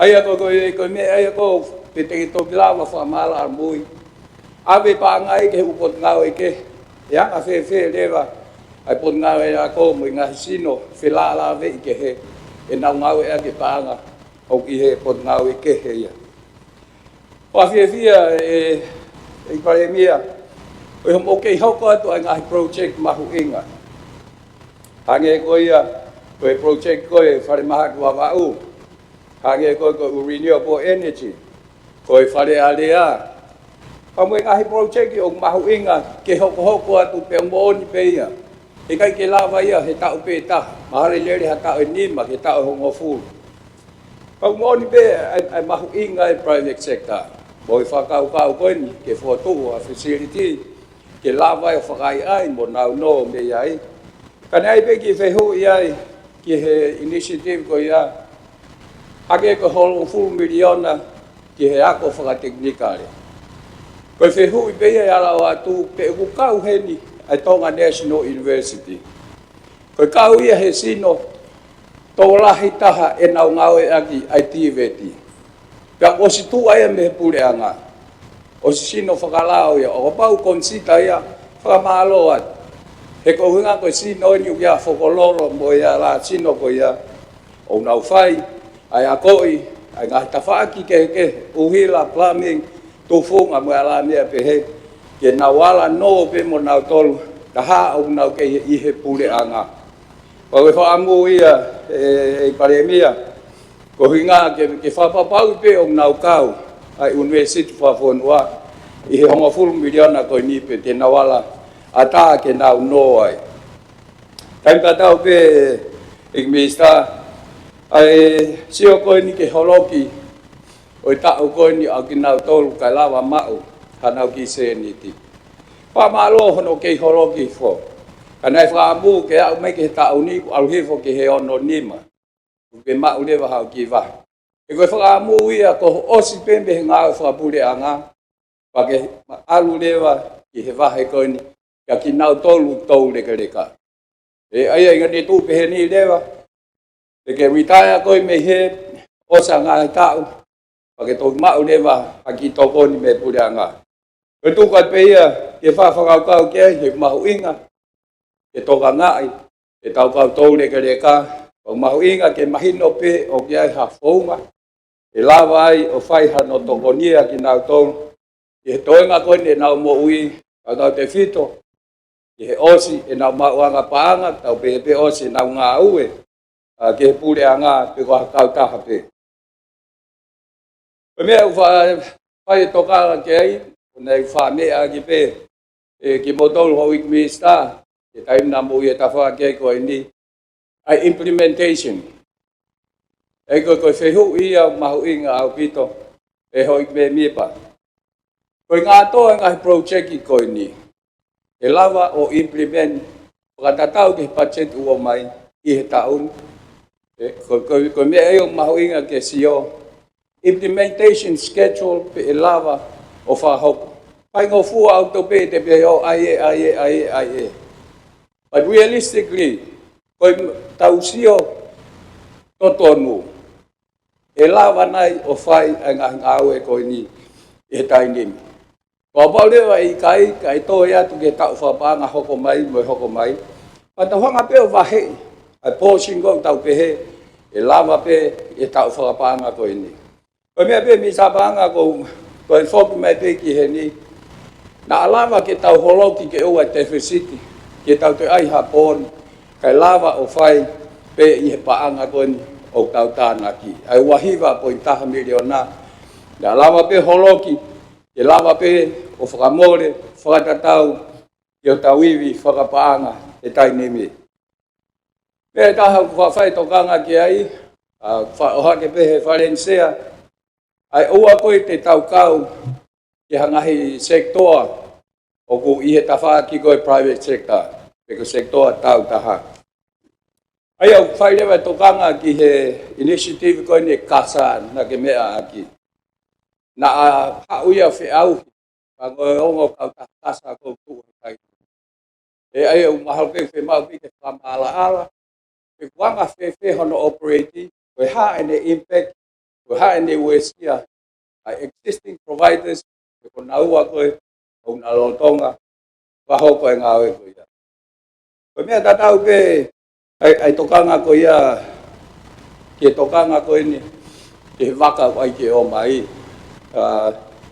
pe o kuwai ha de wesia tamaki ai ngahi waka lo tonga pe waha fahinga cabinet motol e lava i ke ngawe a ke ngahi kauta lo tonga ko konga pia e now operation kau kai ko uhinga e ha ngahi waka e mo fisi me fisi o tu tamate ngahi waka mo ngahi business tau tai ko ia ko tau fei tu ai ko hinga be ek mi sa bang pe go tau frai via fisi pe de tau frai via ai tau fishing industry ko hinga ke na lava o toi ma o resource ma ke heang e ko hinga be o ku kai ko ke lahi aga hi waka tau tai i tonga ni ko hinga ko si fakai ko pa lewa e lava ke tau to ni ai sektor ko ni na ko tain ko me ai e mo sustainable e tau ngawe ko ia ke ka hau digital transformation ek bisa po la ya po ki ai ka wen he me a project lo an talo no kamata mai ka ge pe ko whakarea he tau fe me a ki ko ki he ngahi lao whaka computer time le ke fai ngao ko ni ngahi le ko me o mai au time tatau ke tau sio ke ngahi palema e ala wesia e fonua e ala wesia ngahi business pa ko de pe ke fa pa mai o kai ko pa nga ia ki hilanga pe o me fa teknologia ai ko tau pe he e sai ma tonga ni ka tau sio mua ke sio ke pe ma mo se ni te fe unga ke tau lava put some measures hangahi mea e lava yo frasisi ia ai palparema to hanga ai ha programa ko ki fa nau na mo ma tua ke na lava ilo ai ngai me al tom ke fai mo ngai me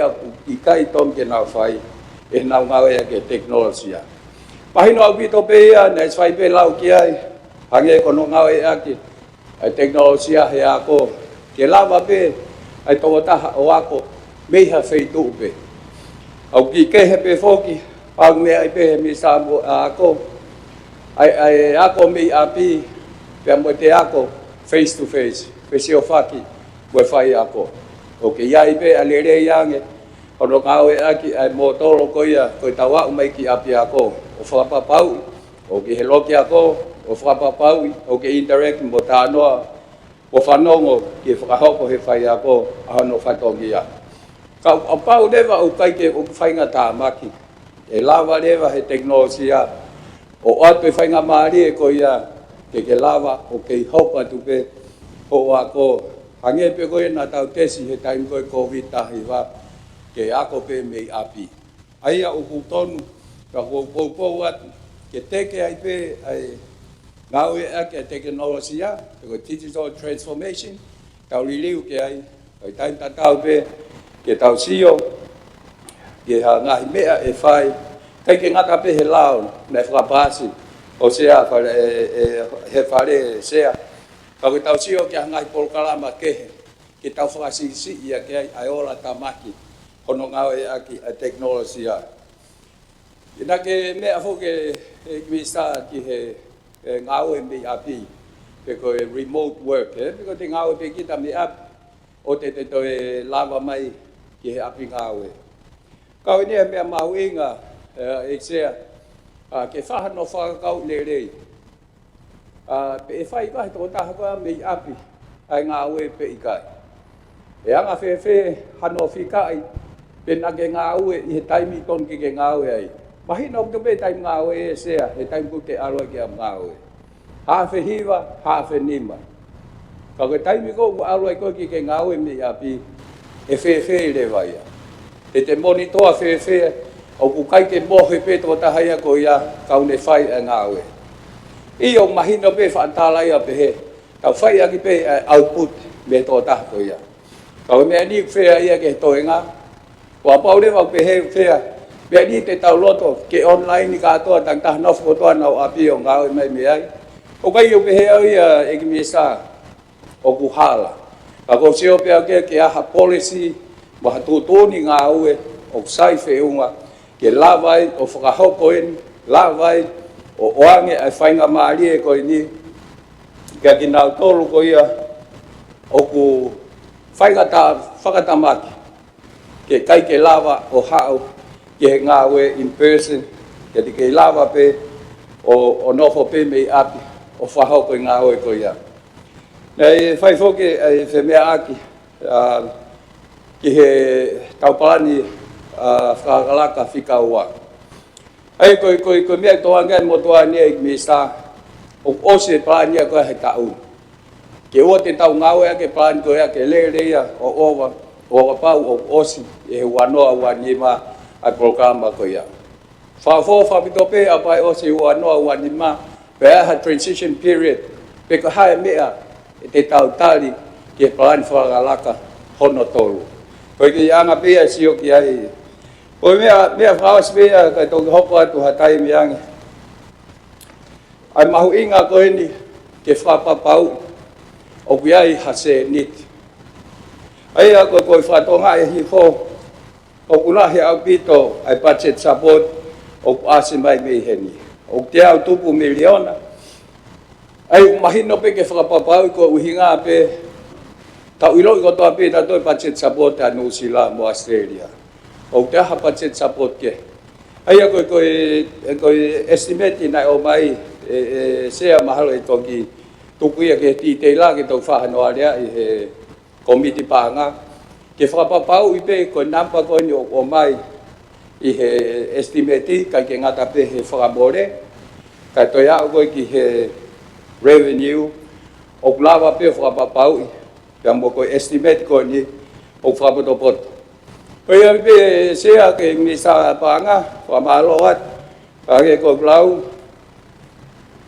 hiwa ngau hiwa ua poin mal milion ai pacheti rikare ni ono ngau mātolu hike a kia me ta lo tonga te au a 4 miliona peka tiveo me ni o holo ai ko ia holo aki ai ono ua miliona pa ko whakamu ia e misa ke whai beha sio nau kai kei lava pe ke to e te city e ko whiamo kaki ka taulawa pe o toi sio ange hano to reallocate to reprioritize ai mea o maho inga ke taulawa pe o whakamore ai mea taulawa tānaki palo se mawhai mari Maraho eki kone o se tatai mi whatahe pampoki tolo e whare ki hua. Pia mek se Ferreira. Ora male hoik. Ko lava o tari e whamalanko ni he eknista panga ka ek pare mia me se committee panga. Ka ke ata pe me ki hoik. About town. Tap moe feito na exia. Tap moe tampinisi. Ka pe ki hoik me mi pai Ferreira tonga sia. Kai atame matuani ke fai te ki whakalamelawe ko ngā koe. Koe whatongia mamafa ku tupu i he whare eikin. Ka koe whakamatala patseti ai whonua. I mua sia whai whamalo ia e nistampa anga ka koe pare mea whonua. Koe ke pūria i he motuani koe ngāwe lahi eni. Pea mo mawhatuki po whakahoko. Ka pehe ke kau ngāwe hono o mai e whakamatala patseti. Pea koe whatongia pe nia sia o e kau whafonga i kakai, e pe ke whare e kini, ke tau tāna ki pe tau ngai whakau mo atu, magatuunga i he mahu inga ai patseti ai whonua. Koe, i he tawha koe ai sio mai ai kakai, o koe ai mea lahi o ku totonu, ke ulaki mahino ki ati ki nao tolu, tau te fito, ki he whai ngā whakamatala o tau whakahoko, pe more ki mamao ea o tua ki e ai whakamatala patseti koe ni. Ka koe uhinga i he whika, pe oku whakamamawhai, pe oku hiki e tau patseti ki o lunga, pe oku tuku hifu. Pe a koe ha e whika koe ia, oku keheke oku hiki aki, pe a me he patseti, o e tau whakapanga na tau situa ke. Pa koe mahu inga, he koe kakai koe whonua, koe tokolahi taha, koe ngahi mea e koe unau wakai mai ki ai. Kono mo ni o hiki, i he whatatau ki whakamatala patseti tau mau, pe a guofi, a hiki lahi a patseti koe ni, ai o alhake o me ofi eni i he taha piriona. Ai koe hiwa ngeau, hiwa ua pe wu, i tō whatonton mai e tau patseti koe ni he tau ni. Ai koe hikia mi he walu ngeau, miliona he tau whakapanga kuosi. O koe koha mea si i eni, i he taim tatau whoki i he ātakai whakapolitikare ui ai aho, o ko tau whanongo hono malanga, pia moe mahu inga o e whakapoto-poto, mahu inga ki whakasisi i ai ngahi whakamore. Ka ukai ke hoa tatau e nia moe hiki koni o mai. Pia ki he motuane o mahu inga ki tau o hake e mea, koni he kautui te tau toki talanoa whakaiki ki he patseti, pia e mahino merewa meiai, ai ngahi whakamatala, koni ka oku mahu inga, ke tau sio ki ai, i he ahoni, tatau te whito ki he whakamatala patseti. Ai hiki koe ni, pia he motuani, ko hiki lahi, tuku keheange e mahino mai, oku tewhesiti e patseti koe ni, mori ke mama o ke tau whaha ngahi whakahoa, pehena e saia e i kai ke saia pi. Ka koe, mea oku hoko, oku ha me pia me hiki koe ni, ai te whesiti. Ai mahu inga pe moe poini koe ke toki whai, halawe a mui ki ai. O mahino whoke e tau ngāu e whakawharea rea, pe moe whaunga o e whonua, moe whaunga pure o e ahoni. Pea toi whakamama whai mai i he tō wholofola e ne a whio. Ke tari ui, ai pure anga ke wharea rea tonga. Pe koe poini mahu inga ia, o totonu ke tau. Whakakau ma pe ki ai tau te whito, ke taimu warea i ai e ngahi mea whakapaanga ai whonua. I kai ngatai, ko ere meniti o e whakapoto-poto, e mono ngāu lere i aki, o whakatatau mo e lao, o ku mahu inga tatau. Ko mea wasi mai ke motuani, ko e whetari ui aki ko ia, o ku fuu mahu inga au pito, ke whai hano tokanga e kina, aere o e kakai. Pea ko ere o e kakai, o maia ki he whareni, o whakafo maia i he ngairi poti, o whakahauko ki he ngahi wāhenga. Koe whakamatala patseti koe ni, o ku te ai ke u whakatonga ngai, o ku ne tuhu i whakatapau mai. Hangahi ka venga whekau aki, o mga hiri poti whakawharea rea, whakawharea rea, nei whakahoko, I ngai ta ko tau si tu aki ai. Ai ko poini ko mau inga ia ai fa matal patseti ko ni.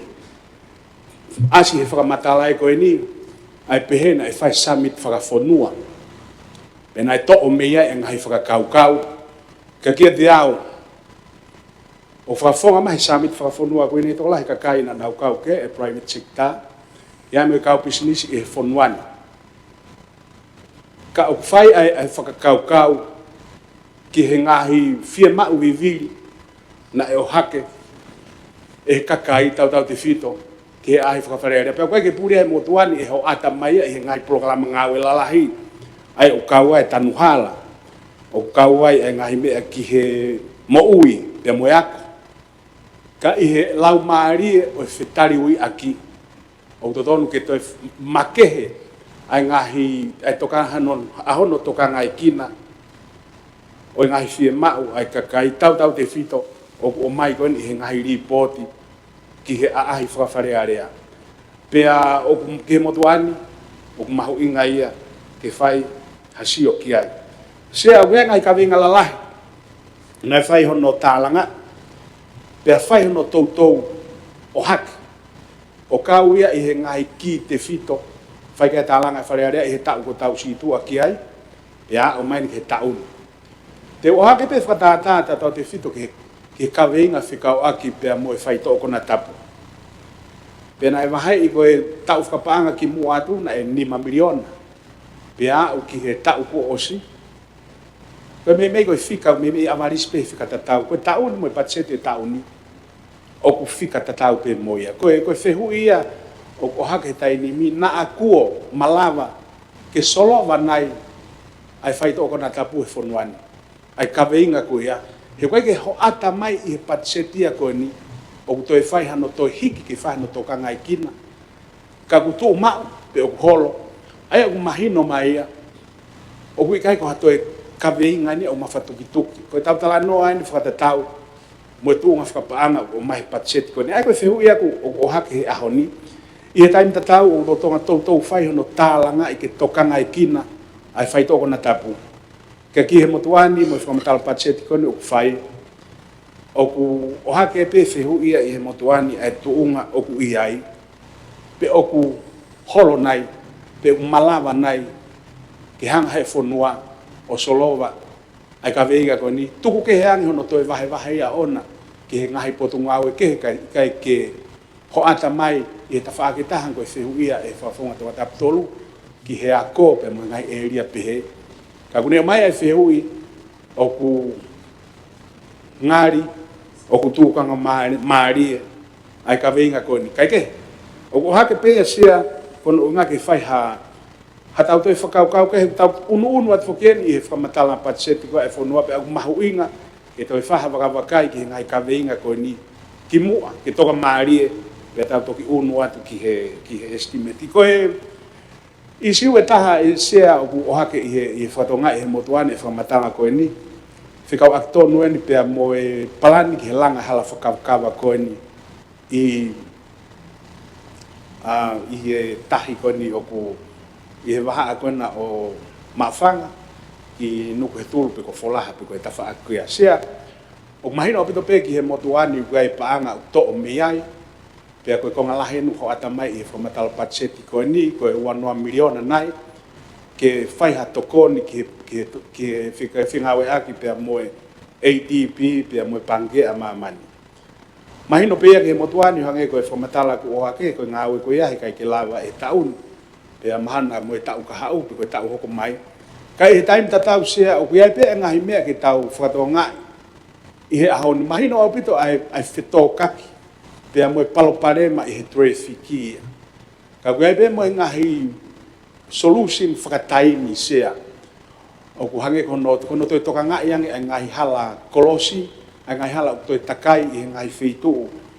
O hu mai i lainde o mataki e ua ko sia tau tai. Te me ngahi hala ki uta o koutui whakataimi e sea. Malama he ngā ue koe ni ki whano whakahoko. Ka e siofi, ai paanga koe ni. Ke toki whai hawhainga, ka toki whainga maari ai whonua.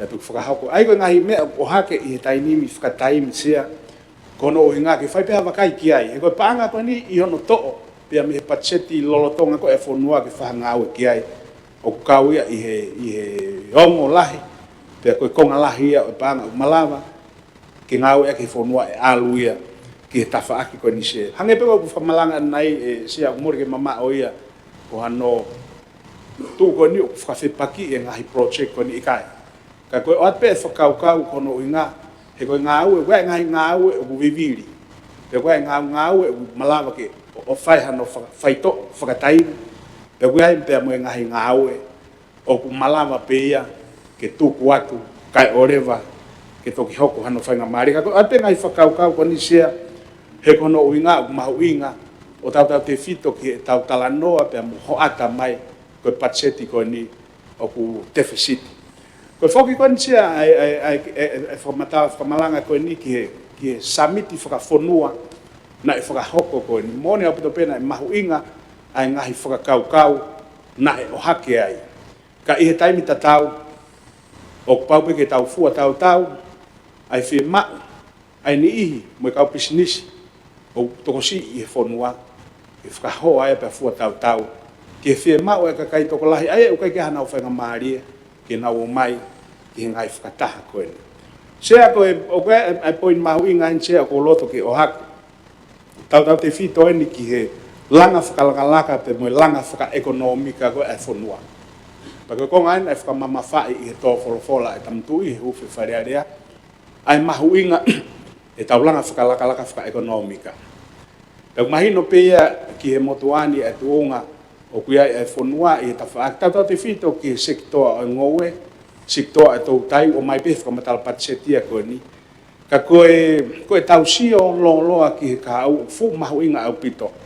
Ki tau hanga o identify pe whakapapau ko fe ai e ria e whai ai e langa whakalakalaka whakaekonomika. Time life of sea tau feinga ke tau hanga whakamawahe o ku kehe ai politikare pe a kehe pe mo ekonomika. Ko ngo mea koni sea neongo una kehe whakauhinga ku whakarea ka ko kinaua ko ngo tafaak pe kinaua e ua o foi koini pe ta. Ka ko na whekau aki o kai ke malawa e ke na kehe ia tai. E makatunga lele e tau langa whakalakalaka whaekonomika me ngai fai tu ni whakapolitikare o tau whakahoko pe e pehe ai. O mahino pea e sea ke motuani ai malanga o mai e minister pa anga fika o aki pe mo e whamatala patseti ka ke motuani o whema uia ke toi whai hano toi whakai ki ange pe tau sio koe hae ngai halafononga mo ngai palani ke whakahoko pe tau ngā unu atu mo ia. He mahino au pito pea koe tau mua e toko taha kotoa pea I he wharen koe tau ngawe mai kakai koe tau mua mai fonua whakalukufua ka ki he motuani u whema u ke tau whaihano tālanga I ke mahino ai hala fononga koe haa ai langa whakalakalaka whakaekonomika o tau whakahoko mai fonua ko whe tawhaaki te tau whakamamafa ki ai ko whe ai whaahinga kulupu te tau hanga o whakaivia o lahi ai hono fua tau mono whakahoa ki he ngai sektoa I he fonuani. Koe sea pe ai o hake pehe motuania ai ngahi mea pea o mahu inga ke whai hano tala noa.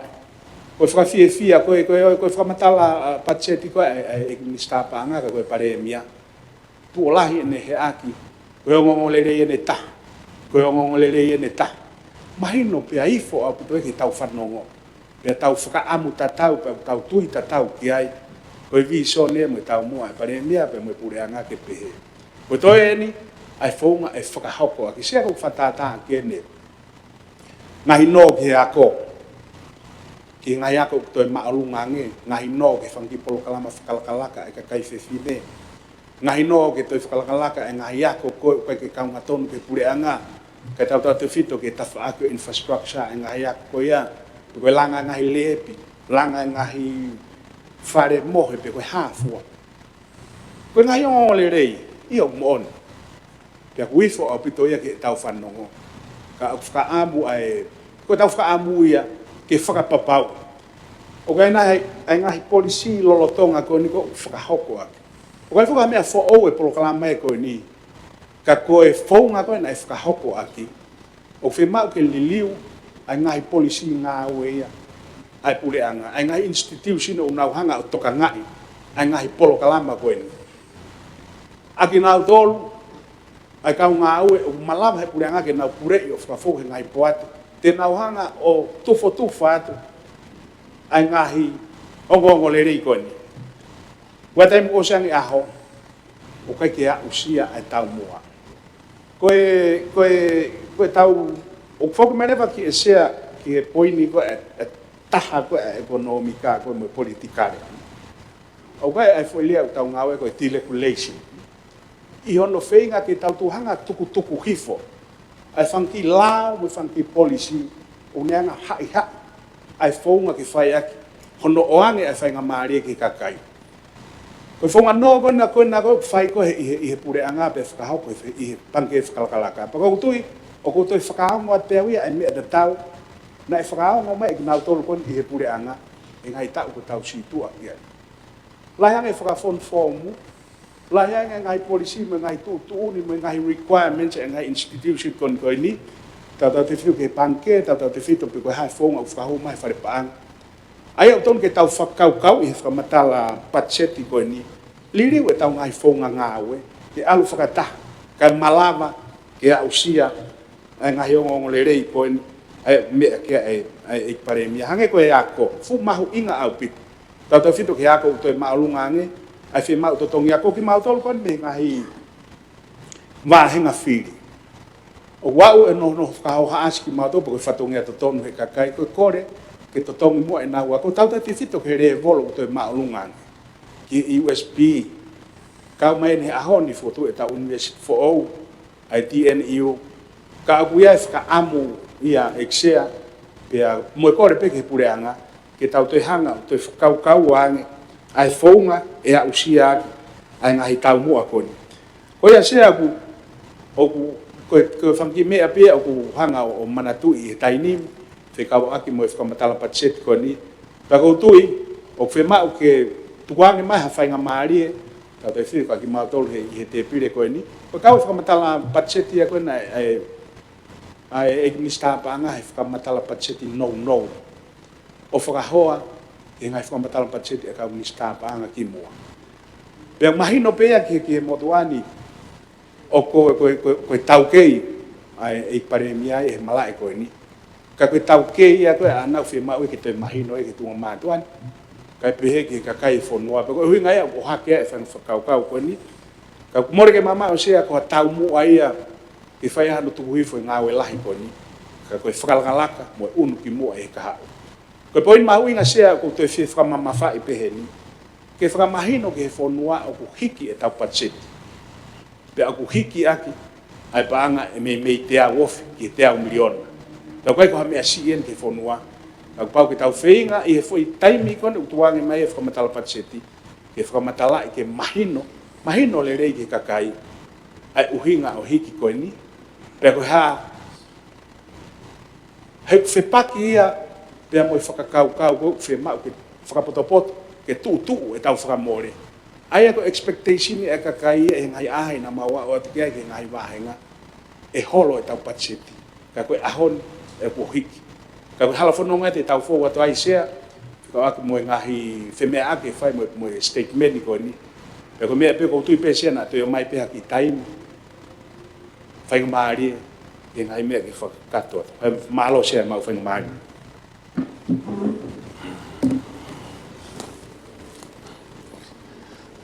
Tapu sea, tapu moe penskalani. Pege paremia. Kaumista karumi. Oki no pere mo e kau whanga kakai. E tupe mua sea ke u whata ki lawe ke haika ngam hau inga u sue patseti. E aunga ke he kai whanua sea. Ko malo tuke kau ngau e kau si au mo e puranga he. Wang me patset koe ni. Pe umare ia meto hono whamatala mai e patseti he pare mea sea.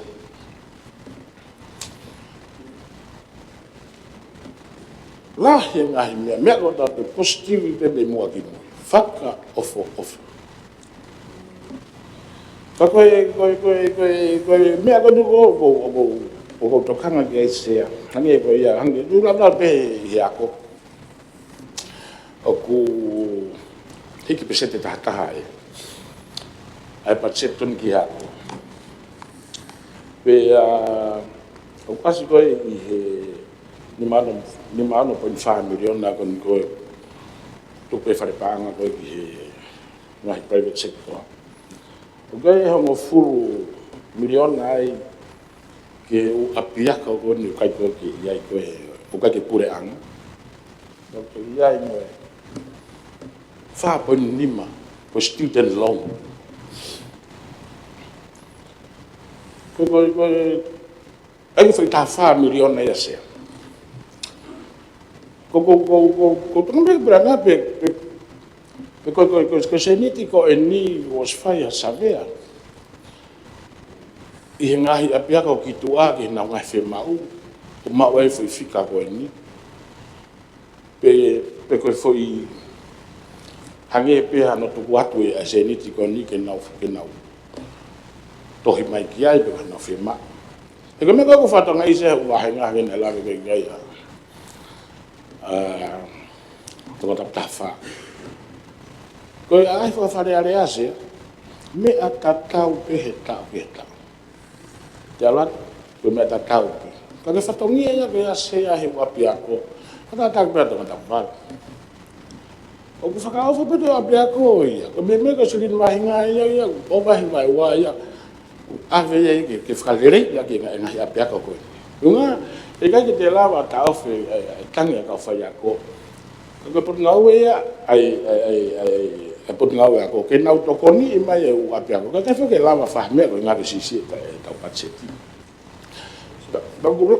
bagula ya pito ai apia ko ya sia to ko reka o pito sisi apia ki apia ko ya ki to ko la bi fa na wa tatau be me ka fa ya ko tamai patseti to hiki pesete haki ke fa ya ko to la ta gore si o ia ke tatau be ale ko to halah ya to ta ke to ko wo to ta ke to ko ano ko mas mahina pe ko to ka muai to ko ta ya ke ka to pe ye ki apa to ka bu ko ku ai ko uinga a ku ye e po ni ko fa nga o ha to ta fa million na ko ni se fe ma ia ke to fa ka ki mai anga no fonga ko no fa ela vale ni beta family na ko ni malo os kada to tonga ko to ngani ta to tonga fana wako e panga ta family na ko to ni ala hi foga sia e ka fa ya ko na fa hanu ngai ke tai mi ko ya to la hi ko ka puke mo mea bena ha do ngau e ngai ta fa kla pa de nau fa ya ko peta o ilo pe ia e ka fa funga tai mu na o ai go o ai a fa ngata ia go venga hi apia ko pa me malu me fa na o ki fe ma na ke he ia i he me ko ni ai ke ko me be go hanga o ha ke to kanga ke ai pura ko lo to pe ka ma unga o ai ki tamasi ya ko na hokwa bo ai ne student loan la ko o go ne ago pa ke ma hanga o pa fe le vai ne ta fe se ni ti goni ko me fo o fo ki me ai goni sai muri mo ai me goni na mahina pe na nga ko lo to ma pe ta se ni ti fe nga to ya oi ai ne ki no o se ya ke ma nga o fa fa o ko bi se ya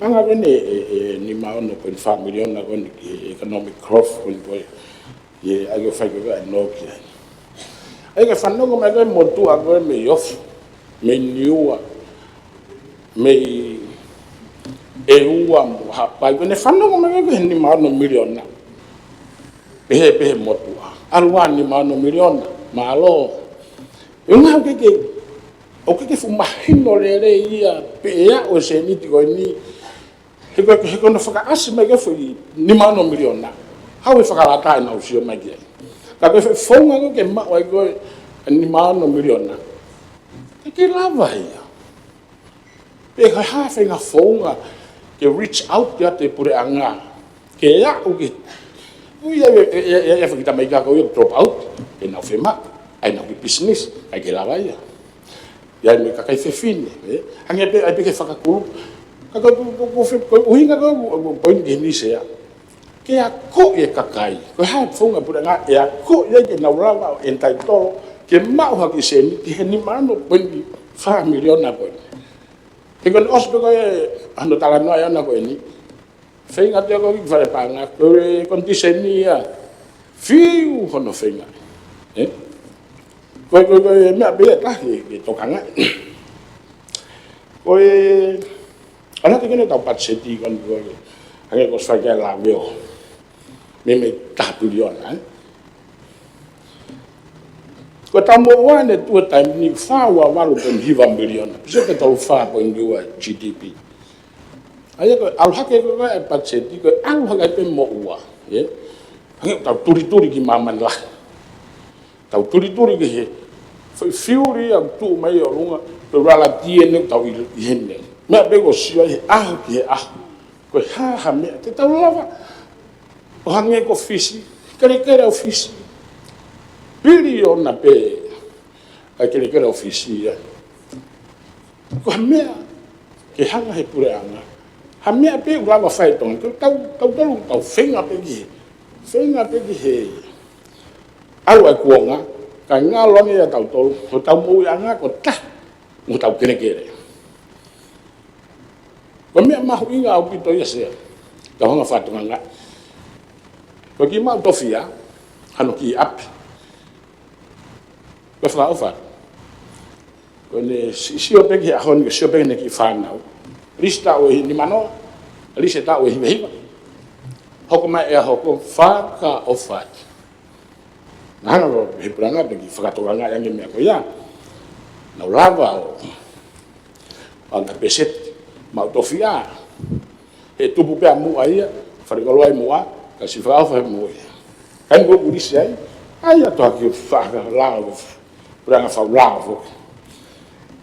ke ma be inase ma to fia e business i mua o business tu wai o a vene ki ngatanga ris e ke me pe ku ai fa pito ta ka kai se e me abe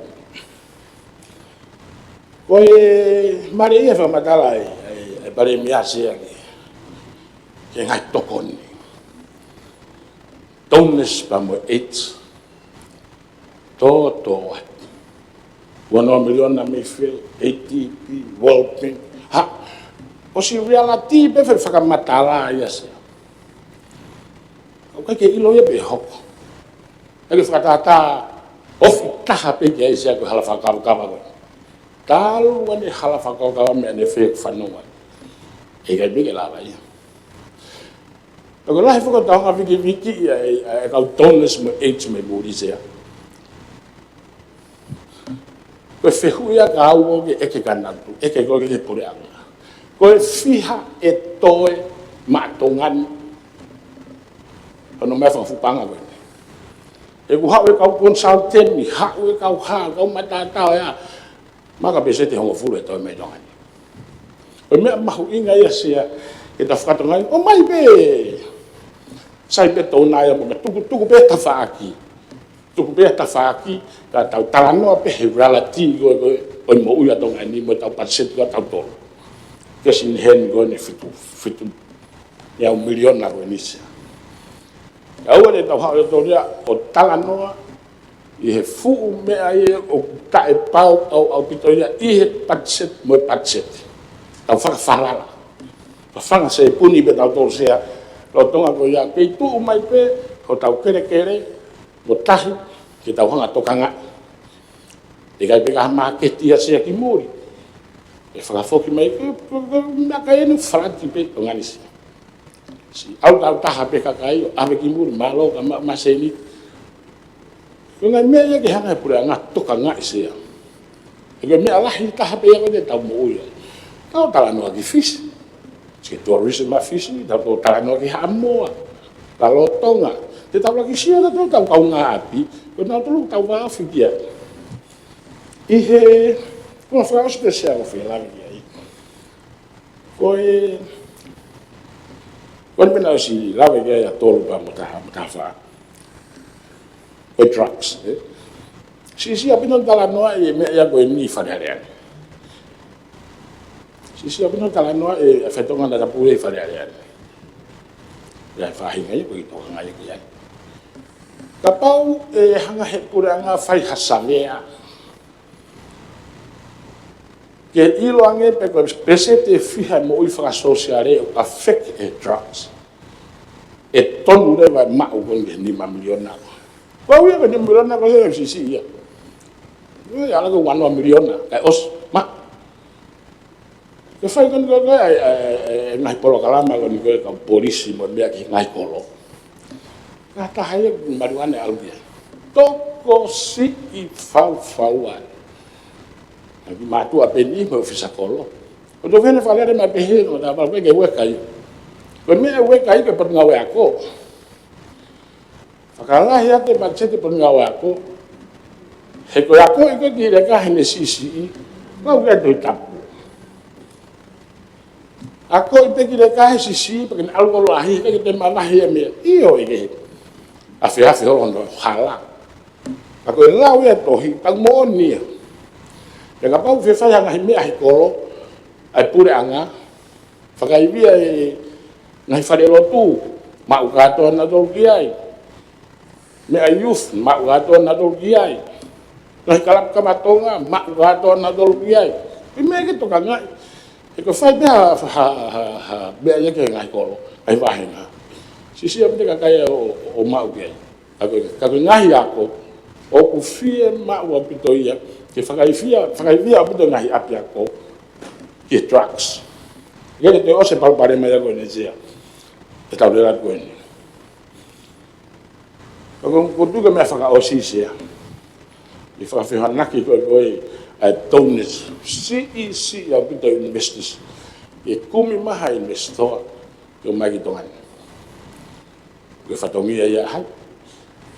Kaku fie mau investor ya ki hau na hau ton o sio ton he kuto ko me ya ni polisi mo me ani to ngani se kalu tu bagi uta mata ta ta to ya e ka wa ko ni me ko ta mini ya ilo atongan ya na tu atongan ni kono climate change mo ilo le be he ka to de ka me ta go to a me ko ke fai ka usai be be se ko porque mango investor fa mu belo mana tuigo ke hotel ko ni deadline ni ha bitongan ko to nga ko ko nga ilo belang ngai lao be fulah be la regulating ngai lao the fisheries algo ya o asi henu la ke moya ai patseti ka la fisheries I ka to tai na lao nga mai ke hai ke na to lo ko o ki fe mai to ko fe mai captain fe mai la ya muri fe mai ke regulate ngai la ya sia ke la ke mo u ye fa business ko fe o ya ta mai ke mai baka tongan e pare mia ma market ya ka to tai sia o fa malo to ye ki ai ko tu la ya ngi pe ko la ve sia lai beng ai me lai ke fai dia hasil ai puranga mata im lai ke to mai mu ke ma to ho ka tai le pa seti ka ko fa malo tu pare mi I la le mai pa set min po malo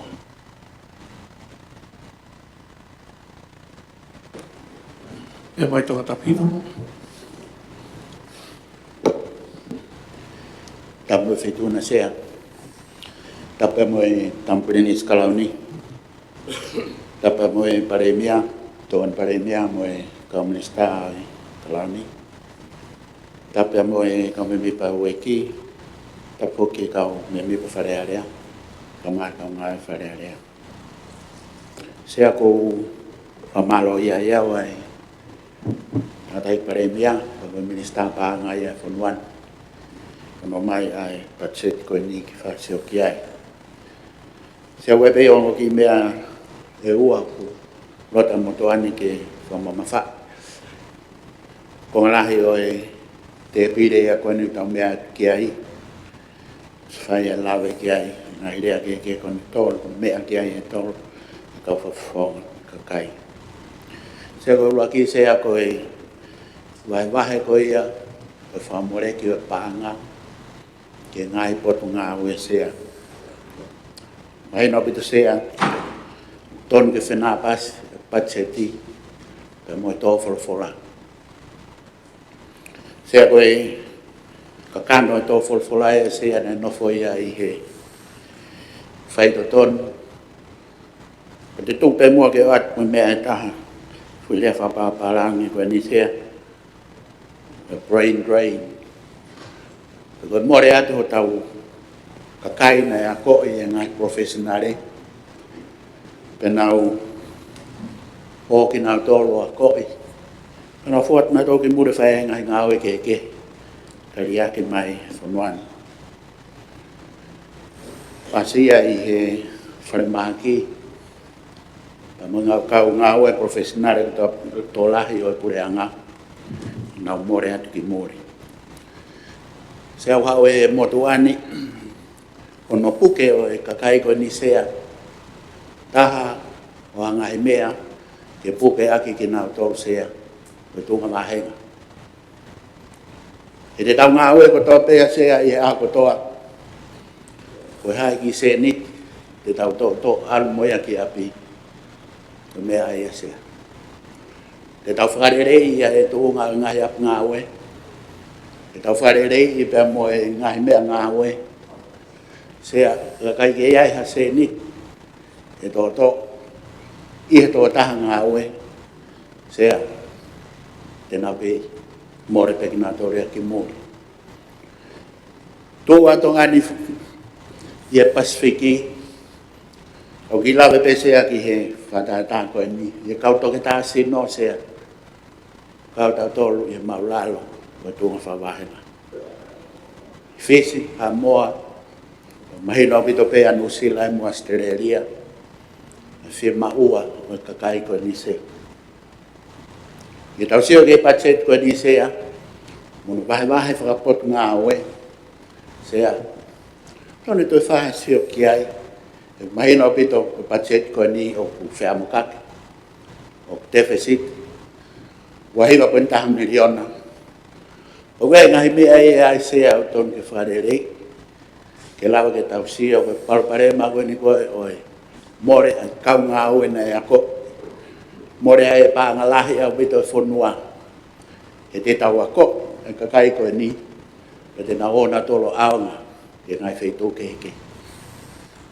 Sea koe motua nia pe toku whatonton mai pe, i patseti, te ai ke usio au, ha ngahi whakapare, mua ngahi mea, ke lawa te tau sio ai, e kota koe alo ako, te walo ako toke tā sino tau e fit, ka foke mai ki tō ngani, whaitu ue te walo ngā ue ai. Whaitu ue na ameo ako i au investor e whonua, whaitu ue, e more kia e mo ui. Pa te ulawa nofo i tō ngani, oa, i e taimi ui ai, ki tānek nā.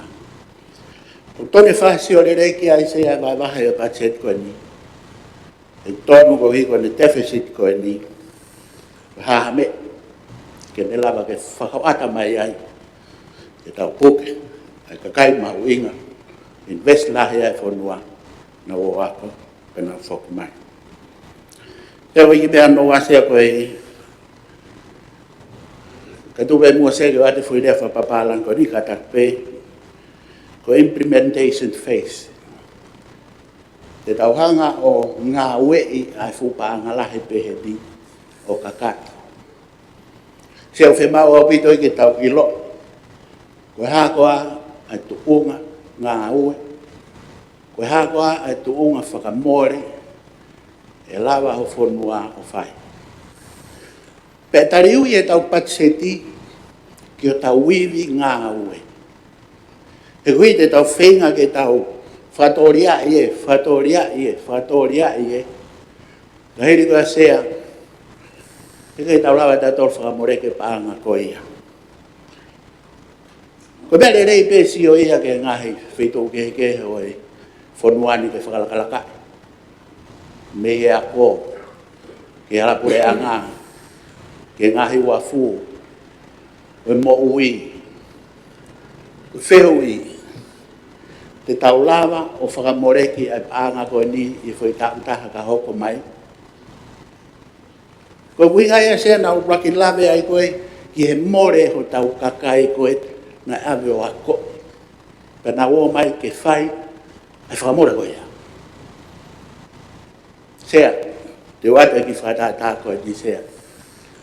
Patu pena tala ko hangai tala mai. Sea i he kau engineer civil de Fon 1. Malo pe unau toko nima. Sea koe kakai ia te nauhanga whakamoreki ai paanga o infrastructure. Kakai koe ni unau na tolo ako, ko ngalahi ani na tore koe ke nau fok mai ke nau tolo. Tola hiang ai foki mai e kau to ke ta sino ia. Tola hiang e foki mai pe mo ngahi professionale ke he ia. Kau chartered accounting. Ko kakai koe ni se au na to pe la hiang pa ngai mur koe na fok mai na to.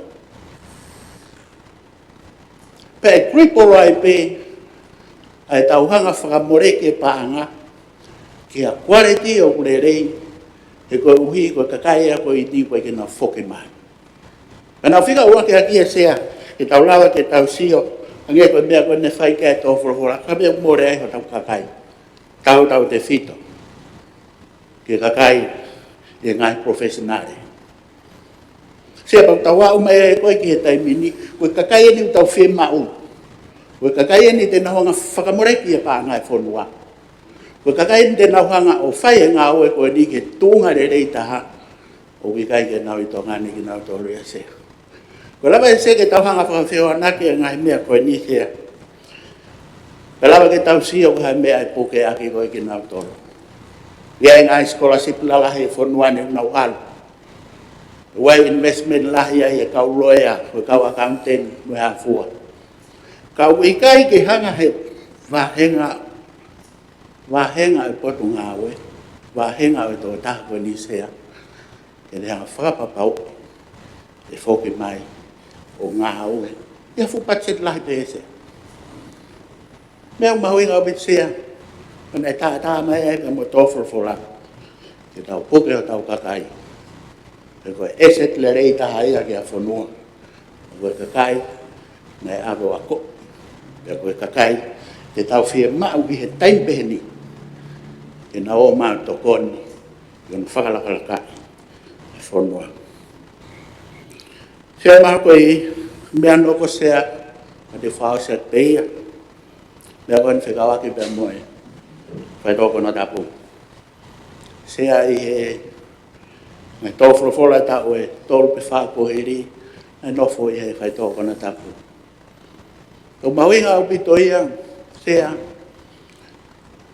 ke whakasio whakarerei ki ai, pia mo whakapaangai, hano paanga whiunga, pia awe ai paanga koe ni, ki ngai whitu to tonu, una whelawe, pia mo e kakai e whonua, ke lava ke oua te tautoki o ke mui vai, o tari ai parupare ma. Ka tau kamata he mua vai, o a koi ki nau tō, ke nau tala tutun whiu, tala tutun. E ton ke whakapangai mo lotu ia sea, ki drugs. Ton ke whakapangai mo ngai polokalama ia ai youth, ngai whapureanga ia sea. He koe hui koe a koi koe tau whanau ke nau lama tala tutuni ke nau whiri, ko whe mea urerei, ko whe mea ukovi sea, koe whai tō ia ke mea koe ni. He kai ke tau toki o tau hiki nau tau ki pirisoni sea. He kai ke kume o mea rere a kau polisi ke lahi ake nau tūtau whituri horo sea. He kai ke tau o a koi pe mai ngai pirisone ke lalahi sea he ngai wheitu o. He kai ke tau langa pirisone he ongo niwa he fu mama. Sea, o mea koe ni ki he, whai tō kona tapu sea, o hoko ia i ap, o hoko ia i whare lotu, o hoko ia he isi e la, o hoko ia he polokalama ai youth, ko e feito uia. Pe ko pau ke tau whapanga mea koe sea, o mawahe atu ia, me ngai prokalama e pureanga. Whakau mai ngai prokalama ngai sea si, whamalohi me ngai prokalama koe ia. E lo ke tau sio koe, ngā ue koe ni koe ki he whaitoko na tapu sea, o tau hanga, o ngā ue ia.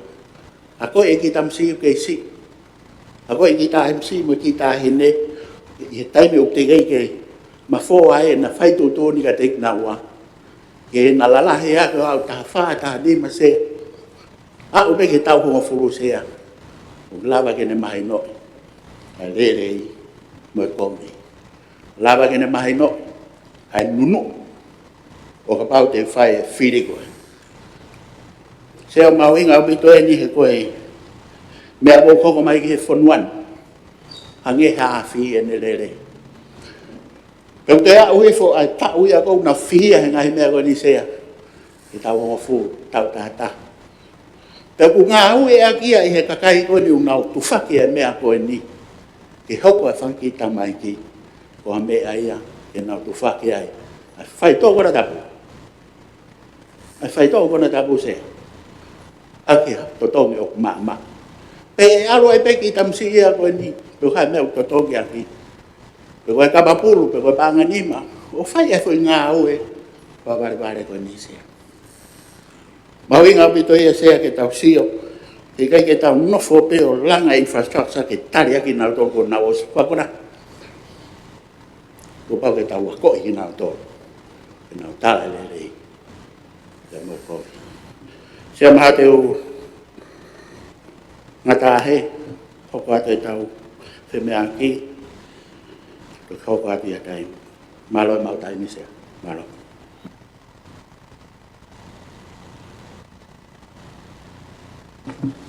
Saya kata kau lihat pergi bisa bangga ke kita di mana ufehui kai, tu kalau tu tak kai wah apa tu, dia mai kau ingat pun nai lah ingat ufehui nai tu kau tu malo. Memang paribi. Tapi siapa bagi Wiskani peke hoi ki whafonga. No pere peke hoi ki kakai. Sea.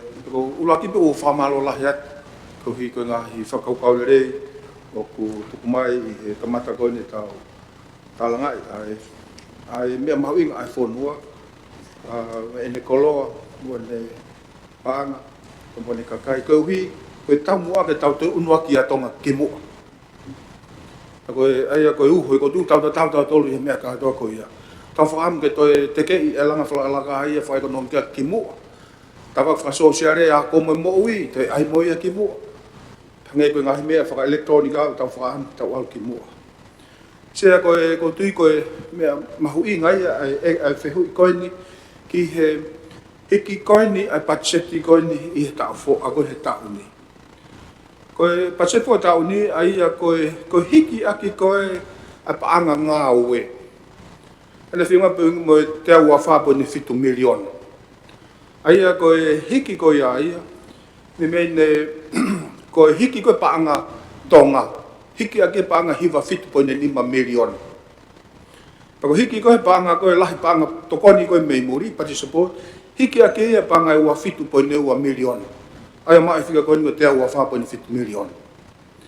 Ka ko hiki koe ni hiwa 5.5 milion koe ni i he paanga koe pureanga. Koe 5.1 milion ai. Ko hiki ia uluaki. Ko tono milion koe ni. Tulo. Anu tau mai ko ponite ke tufa at koe ki tua. Tau e tono koe. Ko ana hoko. Ko hanga 4.5 milion ai paanga koe na ai o no koe ni i he pange whaalaka. Ma whaam ke mai whakahau he estimeti. Ko hunga lahi he ni, ko mea whakalao, ta ke ata ki tua. He nai tuku pia i tua ke hu mai estimeti. Ko mea ma whakahau mai whika ko ia hongo 4.5 miliona. Whahau mai estimeti ko hike kau he. Pea kau ke ai e taha po neua miliona, ko panga pe fuke na ai o no os koe COVID-i. Tana tau pe whare panga pe se te taha. O whai pe ngahi mea ko ia koia ma whaam pa se whahau mai mea ki loto. Ko hi ha no hinga ke mea i eksia mo whare area mau tari ui kakato ke panga e whanua hen. Koe ha panga te mau tuki tu. Pakai ngā tai kua e tolu nima po niono panga ko ni govi whani. ai paanga ia na e budget for ko osi ia na e alu ia o hange ia ka paanga development fund na alu hange ka paanga ko ni ki he tokon me muri ka mo hanga tai mini he budget ko ni o mai ia ko paanga ia ki ngau ia ki pe ko paanga ia pule anga e ko paanga pia pule anga ne tu hau mo ngai me ko ia kana mo ai o ave na tol ki hala mo ngai me o finga me toluon e ko pa tana ka to na tolu mai fitu po ni ono million po foi kulupu pe ko ia pa to ra pe e taha hiva po ni hiva million ko ova pe e ko ova he umia nga mahen ko ni pa mo to tu fotu fareva ke ngai po tunga e na hiki ko me pe ko lava ke nai family na mau ave ki he ko polkala ma fo fa computer a tu ha wahenga agora Ministry of Revenue Trade and Revenue custom mau ave ke fa million kai nga tai mau ave u million ke mission ko fisi pag be ko ta million office ko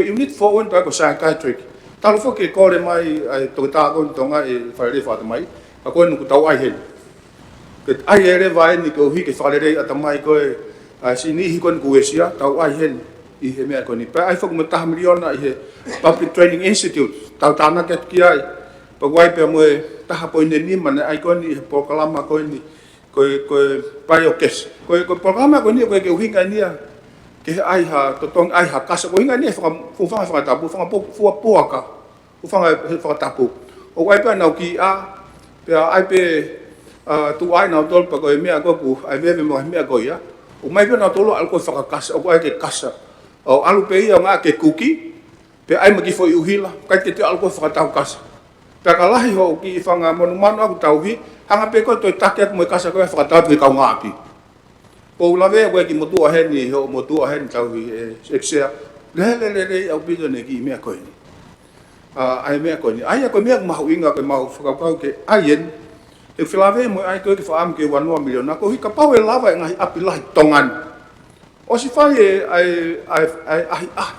trial to ngai ngo we mo na pe nga u ki me ko ni ko to pe ni ke ha ke scale up ai ke lai se ni ti ko hi ka lava o tufa ai fai nga mari ko ngai api ko hi ki o ti na te o fa tau kasa fa si se hu ko lo me muri lava pe tau tolu hen ko me fa fi fu he tai mi to mo me ko ni fa fe pe ya ko ni teknologia fo u ko mai isidere ku he to me sta ngo we na ngo me ta ko ya ka ke ko ta hai ngai pa ko ya ko fu pa mo fitu kilo ko mai ke ko ni digital transformation ko ni ai u filave ko ni ki he atau alot ko ni ke fa ai tau foto tu fa teknologia ke fa si aki hano to ngau tangata me ko ya fa ki pe ai me ngai me ko ya te lava le vai o hawa to e ka kai te tau ngau ka ngau pe teknologia pa wai pa mo to kilo ko me ki he o se ni wai project o pen os ka no alke ka pe ke ngai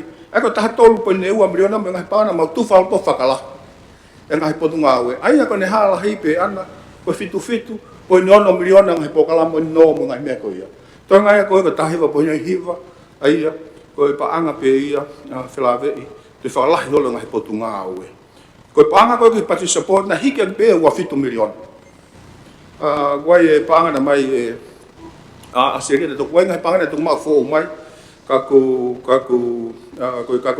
hiki a pe ni nai pe ngai pa anga to ko ni mai pa ko fa ta be fo o al pe fo ke nga mo nga fo no o na o sio mai pe ta fo nga to nga ki na silini pa ka nga ta mo ta mo ko ala ta la fa la ka pa una po mai pa ko tu i se ko hinga la ko fa mata e tu pe o hinga ai hiki ko ta fa aki kon ne pa nga ki muri ko pa nga ko ni ki he mai cash pa nga ko ki mo hola ke to ni mo po ne tol million esmet ko sina te wa ta po ne tol million ta uni ma hola ke ta fani ma po ne hiva million hinga pe holo ke ko ni ke ma fa fu ke ofi pe e to tonu o fu hiki e fu figala ka o sange ko me ko ala fai ki si pe o ma finga ke aluhi fo a fica estimati ke me ko e ofi ke mo oni mo me ko ala hoko o hinga la hia o ma hanga tu hui fon ka wa te pe ke ko ngai project ku osi ko ngai project ku fa ka yo ka ku ma o hinga ni holo pe ka nga ta fo ke ai ko hiki ko ni i he paanga ko ni toko ni mei muri ko ka paanga cash o ku hiki pe val po ni hiva million O mau to e whenga bitu he estimate ko ni ai pe ke ofi he totonu. O e fuhi ke o la. E ko tahe mea na mau wakai ki hen ke uhi ke ofi pe mea ko te taulawa whakahoko. Tako tui ko mea mau whaam i he estimate ko ni ke ofi pe ai. Ai a ko ki whakaiki ki pe ia i he tawhaki whakalufua. Ta mo uhinga o hiki. Kau hau ki poini ko ni o e wheamokaki uahiwa. E sea, mau ka talo e lere mai whanua nia, mo tau lere mai ngai tau ngai patseti. Ka wafe taha ni manai, wafe taha wha, koe fufua taimi e, lahe whoke whela ua ki he whanua ni pia patseti e fi, ha kalamai. Lahe paanga he pange, lahe mai paanga mohe. For you say, ka koe ngai business e. Whia maa paanga, ka o kufu mamafu. Pia whainga tae whaunga no i. Pia koe fufua taimi e wafe taha whana ua taha nima. Ka mata pura ngā kene mai, ka mata peho mo full miliona. Wange pange whalaka, kene kamata nge ki ai. Koe kene solo wange palparema koe o hiki, o to tongi koe o interest rate. Pa kai kantai, moha whaunga ke whakawawawea. Pea asea pa toki hiki mai, he pureanga mai ki mui, o hiki ako tahawal. Ai whika koe ia. Tahawal miliona. Koe whika koe tohe koe taimini, tohe hongo full point ne fitu. E nai fit point ne walu ia iai, nai ave ia he pureanga, na pureanga osi, o ave ke titi panke whalalaka, o ave ke tong ina equity. Tahawal koe toea e hongo full point ne fitu. Koe mea koe whahako mai e he kakai mo mea, si e panga no. Pa mau tāno hafu pa mo pange pure hen, koe whatongia koe pange pure, kono whatongia ke ne toka ngai kina, ai malu koe pa mo e ngāue, ai ngai pange, financial institution. Koe pureanga hau tāno peta tolu i he ngāue koe, i whelawe, pa mo e tuku hau, pa mo tau ngai whakamore. Iu ke tau sio ke mo i langa koe, e ngai ngāue. Ka koe mena mau whataha ki ai mau he, totonu ke hiki, ke mau ngai whataha, pia mo e pange pure, ke whakalahe sirin koe ni, ai ke maha tonoa miliona, pese te tolu. O mai he market koe ni, koe hui koe lahe taha kau whahu panga he pange, koe panga tupu kou na mau, si pese te taha. Lahe taha e, pakone alu koe panga koe pureanga pese te tolu, pa koe ke tuku hau mo tute, koe ke tuku hau, koe ke income tax, koe appealing ia pe koe mea koe hauai e ngai pange, me ngai mea ke panga ni sea. Paka mau tu koe ki heni, koe panga ia koe ni, e ave ia o whae ke no i pange, pa paku mau whenga atu mau tol ihe, hono malu me ngai mea koe ia, koe uhi ke os ke toi lava pe o tānaki mai. Pagaha ngai palo parema he mea koe ia, mau lava pe o ai. O koe lao ekonomika ui koe lao o whiriu ngā aki, pe koe koe multiply effect. Koe whāriu ngā, koe lao o whāriu ngā. Ka pau te ke ata panga taha ato no ke ata pana business. E lava pe panga taha koe ia whanau mea panga tō. Tene lava koe uhi ke alo tupu koloa, koe te alo koe whakatau maa ka haki i fo ilore whanga whatapu, ke alo koe whakalere haki business aki whangai whatapu, ki poka mai whawhanga, os koe ia pake, os pa maa whanau whangi poka whanga whatapu, lah, tene alo whakatau, pa koe uia koe li, koe lao e kui ekonomika, koe lao e whāriu ngā. Pa koe amanaki a koe heni, e panga tolu noa milian te mau oatu ki ngai pisinisi. Ko tui mko whanongo be ki he ngai mea mo mea ki ai. Ko tui ko mo tui mo tolu ki ngai pisinisi, nai pe ngai mea na mo tokanga mai ki ai, koe whonga ngā wena o koe ki fuwau. Ka koe mea e ho iki. Te kai tau nofai pe heni o tuku a mea koe ni kua pau, e tau ngā ue, pa koe mea mau pe he, o angane tolu noa milian a koe ni, mau ngai whatau me pange pure. Ko mea umahe pange pure, ka pau te mo ave pang koe ni, o hanga tuat ki tua, taka pau wahano no te mawala mai o whapanga mea koe. Ek mau ngai whakataha ni mea whaekonomika. Pak uhi ngai ni ko uhi, koe atakai whaekonomia koe ni ko uhi, koe whakatangata koe ni Amerika i he whetau aki koe ni, i he whekolo aki koe ni, i he whetau aki, whakawhetau aki. Koe mea mahau ngai ke ai hanga ngā ue pēro te whanua ke ne lava pe ia, o toi tupulak to koe ni tau tupulak whaekonomika, i he ngahi mea koe. He koe mea kou tui kou lave i pe, a ngahi mea mahau in kou mea mai. He ngahi mea ko osi, e tau mai, tau mau pe kere lere, tahi ena. Te maha mea ke ngaho aki. Hau eki, koe ki mea si pe ni ke toko ni ake whae ke ngaho. E whakaiwi a ngaho e honge pe ia, koe aho mai pe haki mei vai o fui atu. Lahe vai ia he ngai pange, koe mea ko ala ta whae taha, si, pa koe vai mamafa mo oni. Tamai tuan pare mia va si su ko vai tai to tong ka ko ai pe ki to tong si pe. Ko vai mo ui tau pe pe. Ta fa pa ko ta fa mo ke ka kai fonua exe. Na me mai ha me pure anga ka mo pe. Te mau atu pa anga ka mu falala mai. O pau ke mo falala mo tariu. E kai ke atu pe kana pe se pe la fa ki fa pe pare mia. Me mai no pe. Fa bo fa pi do ai fa ho ko re pe se ke o mo tu mai put for la e tu fa pa nga pe u he ka ta to tong ai nga rim snare la pe ai ko lo ia pe ko ke hano ta na ko nai ki tu ko pa che ti ko fe ai pe ke pare mia ke e wa fa ma pe mai lo tu e tu ko fa ki ai e tu fa pa nga ko ai fonua malo se Ek pare mia ki tope tai mika ko tau tutuni tau malolo. Pala. Me me se Ferreira.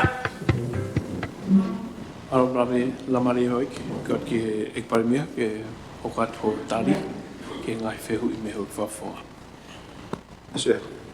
Fampe ta mo fetona be ke tampa iscavi be ho ke Ferreira tonga ka ka be ai fa ko mo ne fit ko fo mo be ke fafonga o eki ka ton tapu e lava ke ka ko lava pe foke mafan e ko mo me pe motol ko mai mo i ko ya mai mama fa ta ne to ni mama fa kana mai ta tong pe ka ko tau hange pe mafan e me ko ni ko fa mo fa ta fa ka ma to o te mawala ma to fa me ko ni boni a me ka mo pe ka ba ke fa me a ni fe fo no ana pe foke ha o ye ngai tau la tuku pe ia ke ngai panke mo mea ke nau fai pe nau tol panke pure mo fenga ia ka wa to nga kai ke nga u ngai me ia go ia ko me hua te pure nga ma ngai fa ta mo panke pure e no ai sile ni ko ni hangulau to no miliona ko ni ave panke fa ta mo ngo full point fit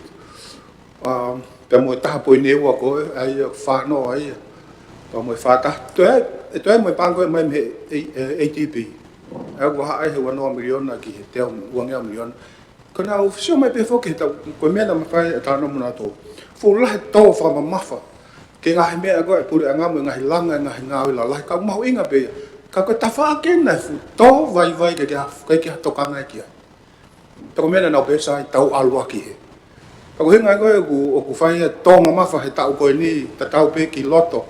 Fa sociale mo ya ko me to ya ta fa ko ni business. He ka lava ni o ngau le rei pe ko tang fatonga be foki ho eki pa ke ai no funga ngau e fe ma ka kai pa foki fa fala la aki pa ke o ka kai fo no ngau e fa ta tau mo fe mau pe tau lo tu pe ke o lava le rei ngai ngau e he ka lava le rei ngai ko ya ko pa nga ko te na ma tu pe na ngai business e lahi e pe misnare lahi ngai ke tu mari ka kai fo no e ko tau pa pre ma fu ke e sia Wa fonuan ni lava pe fonuan no tau ni fonuan. Pala vai. Tahia me ngowe. Ka tonu ko wa te panga ko me utama ka fonuan mai to ko di mai ka mau lava ngawe fonua. Ka mau lava ngawe ko pa betai mi, mo ki ta tu fala ta tu ki me mo. Pa ko hal fonuan ka fo ato ko i tai mi ni. E ato e panga ko ni ko hi ka mata ke ta fito kon pe no ngai pange mo marketi. Ka ko huat pe puranga pa mo puse pen i me ko ni. Ko hi ke lava ke whaka o atu ngai paanga tokoni koe ni, ka lava ke langa hake, e ngai whainga maari, o tinga tawa ki roki ai. Kia pia ki wheu i pe, au taimi pe ai pe wheu e, taimi tau whaia ai whemea aki ki he mea koe ni facility. Tapu e whaitura sea, tamu i me mipa o i whanea rea. Whamalo ki he mi sapanga no mai ia. Mea pik toanke mo tuani, ko winga ko ngai conditions pe ko ngai bea o fi ma o ke whakakakato pe to ma o ai no ko ni e tau silo ko to pe pare ma ko ia ai no hono ave me puleanga a tau pe ke fai hawa pon panke ta a o ku fa ia pe o hinga o kai ke ko winga o pau no panke ia pe se ti e valu ka ta to os mahina pe o mai ka kai ki tolu ka kai ki na to ke business ai panke ko ia ai au ia leva potential conflict ia e no ave ta ke tau to ke ma no pe se te fiha ka o se ko na facility na to te affect na profit o ki ma fa nge e te na u nge pe ko tau lau ngai no ko ni banke ko me pe tau fai to gang ke tau manage fa le pe te fa matalai fa le mai ai kau ai regulator I he no paanga. Ko Reserve Bank fo ko regulator ya upanke. O wanga fe ai ta conflict ya ne ala mai o kau I he ai ko ke fai no pe ko facility ke pe ko hinga pe kia yo me a o ke pe ko hu mai Reserve Bank e ka ki perenges ko hinga fo ko no fatongia ke to ha uia o fai fatongia ko provider financial services. Ko kia ke pia ko ngapi ke fai ko hua pe tau uno atu. Ma I tap mo sea pe ke hoiki.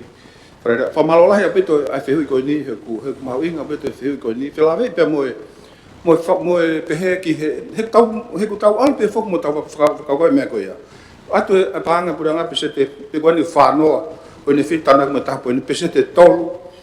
Kai mama fanga na do.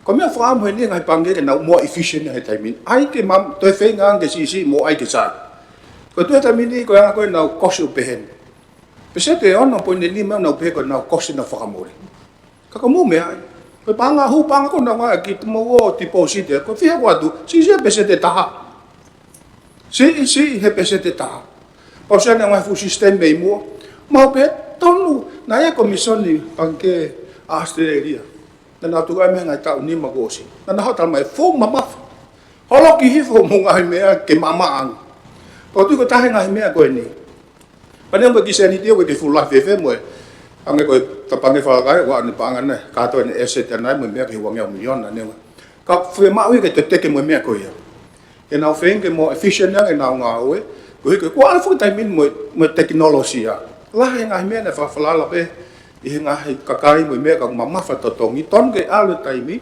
e ta fa fuat ke mama ai ko tu ke poinu lagi ya e cost ngoli be ne ngo wa me ko e ko fo kia e na pe na tole na ka we sia ka he tam da ta fenga ki na tol ke na alu hi fo ke ngai pe ka na ta fo ke ai na fi pe na to wa na ka klania na to e se to ko me ko ni ki he fenga mo se pen ko fa tongi fo ke pange pure ya ula ki ne to ngai pange payment system buhi mahina fai na o mea pakai ngata una to kanga ki hiki ko to tongi koloa pakai ngata ko pe ngai pange ni na to mo ki hat to block for economic growth ka tu foi ta mini ke hatonga ni mo muri o mea pe ngai covid na to ki hoko se penga fe America fu time and we ko quantity easy no hanga to no pe ngai pangi ko ne ngai business ne pe usai ko fuka ha to fa mo ui e ko pa nga fe hanga pe fokia halanga ko vai mo ui pe ko halanga toto ko hu fanga fa mo ui ko ngai pangi to fa na ya to va ta ko fu hela mari ke lava to fa mo ui ngai business ai ne pe he ko me ma fa finga wa mo na tolu I ngai yongo I pa I he me ko ya I he finga ko ke fa mo ui pe tam na tau finga ke puke mo to tong hiki ko lo akila Pag uhinga ko na fitaulaki ko mo tuunga ko fa paang e puranga na finga aki he me ko ya. Ke osiange ke fai he puranga mo ngai me na fai pe osiange tolalo. Ta tuunga fa paang e fonua e puranga pe osiange tau to yo ko re no ke ngai ka ta te na ma hai ki tau to. Ko me ko mau tu he tai minu ma pe puranga e te fa ta million. Ke suset paang pe me mau tu ko pe he ke ngai me ko fe mau ka mau alu ki he I he ta fa ko ni. Ai ya ko fatongi ai ko pange pure pada be se ko be ke muy ya pe fe ko ya ai ko te ke ha le pa wi ya ai pure anga mo pange fragala ka ki he peseti ya te nau charge fo ko ga nau fa ho ko services ko ya ko ma tu le re pe na fa ni e fa ni pure anga ki moa ke compact ya SPPT e ko nga ke holoki a ke peseti paneka ke nga aue e ko nga pe ko peseti ko wa tu ko firma e pure nga tanaki ai operational cost ai panke ko ya na kai kia ha fuola le ka ko inga pe kia pe osia ko inga ke fa papau o osia ha felo toi pe mo panke ka fa kala ka kia peseti e mo venga aki e ko inga kia pe ko pesete tolu o mai ki he panke pe o mai ki he puleanga pe ko ha ai arrangement pe ko fairly aki o fai ko ki ai pa mo wa pe kan pe mi sa o tu ya o ki finga aki ko hai e ala fai nga we ka ko hinga pe ko fatongi ko o panke pule mo ni toi ka mai ki he lo america ya ako hinga ke na ki tongan pe ku ngofua pe e tu fa la o ba pe he ka ya pa ma ba ko tu fa la ya ke to ha pa ke pure ya fe au hi mo upan ke fa comerciale o sen ko ya a regulator ai ko to follow up pe fe ne nai malo pito topic share pe ke hoi ki fa ra fa malo la ya pito ngai fe ko li ku to ko ni ke fa mala ai ko fatongi ko pange pure hang la bu nai ula ki tau ki malo ngai pange ko no nga pe fok ke malo panga ka kai ko to fa hu he pange ko tu ko mahu inga ia ke ua te nau nga o la ha nga me o wesi ko hono wa hang la ke nai ki he finga aku ko no to tanu ma ke la fa la fa economic ai ko ni ko ke pe ke ha ai pange pure ia o mai o pe he tala ke pange ko ha pe se ki ka ika fa ya pe ia e pure anga pa mau ware ko ni te ke mau ware mo pange fa ka te mau fa pe ngai fonga ko osi e tu ma pe se te tolu ka te tongi pure anga ia ai fi ko pe ki to tongi ko hiko na to ka ngai ai ko no ai fo ke me ko ni ko ai pe na to ke na manage silini is a management fee tatape pa pa na mau ai mo ta ya mo to ki pol kala ma pa mau to tongi pe ki mo to fa ke fonga nga pe ak mau to me to ki fi ka na to na to pe se te tolo fa ko ngai fa tongia o tu ko ta ha ya ngai me o ta ha ka wa ye fa ka ko ya e ngai no ko lu pe se te tolo ni ma ako ni ai ka kai hoi fa fine pa ko tu na ha ka hoi fa fine na ngai fa ka ha fonga e sa yang e tai mini ngai me ko hiri e fu pa anga lai pe he ka ko me ko ta fa amu ke lava fa tau tai na e ku hoko ia ko tawere ia ke na no fo o e fihia ia ke ka ko tu ngai ko felave mo pa anga ko ni pa mo no me ta fa ka ko no ngawe aki pamalo tu ka te pamalo ke misa pa anga ko ngantari ai ku mai no pe ngali fa la pe ai ngawe ko ni pa malo pa ko ia ke fa la kai ai ngawe ko ni ko nga ka mai reserve ko me ko ke he fi mahino le vaya e expenses ia pe ko more fa more ia pure anga ko nga ko totonge fi a panke fragala ka ki na fa hoko ai foi nga ko ni ka fa malo to fa malo se malo pito ke exia pa pe ki he fa fong ko me sa fo ke se pe ko panke pe pure anga le ne tupu mai motivate me ia ko me mo to nga pe na to lu tupu ma ho mo tupu to fo ki mai pe ai ko ta ia uhinga o ku tau nga ke tau panke ko ia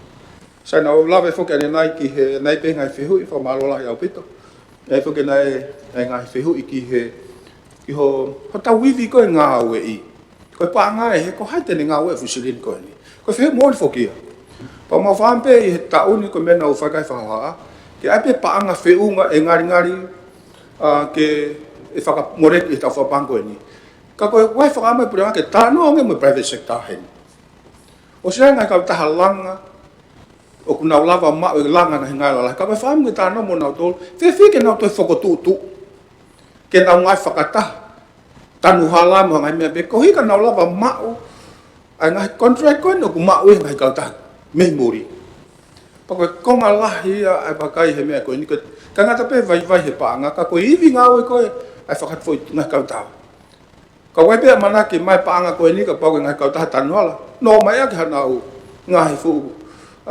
lola ko hi ka na contract mo pure anga la vai to tongi nga o ko ya ma ta fa ka fo ke no ka ko fa mu ya ke ngai business pe tonga ni ke la va nga o ya po ki o pe na to ko ta fa mu ko ha la fa la ka mu hale dei no fo pe fo nuan ko me ko tu te tau nga ka to ke ta no nge me ngai private sector mga tau taha e fe na to fo tu fo ke tau to ko ni ke na ngawe anga me ko ni e tai mi ta fo panga ko pe fo ke alwat ki he tai mi lo atu o mai pe fo ki exia e ngai feui ai na tokanga ko hi ko e ke ngai project ko tawai mo tokanga pe ki he ke tau tai mon pe fo ki ko hi ka pa te tau hu tau tolu puri ngahi market mo ngahi ngau ko tau taha ka ke tuton ke tau ia ka pa ule le pe ia ka pa hanga to tau hu pe ke ai ko hi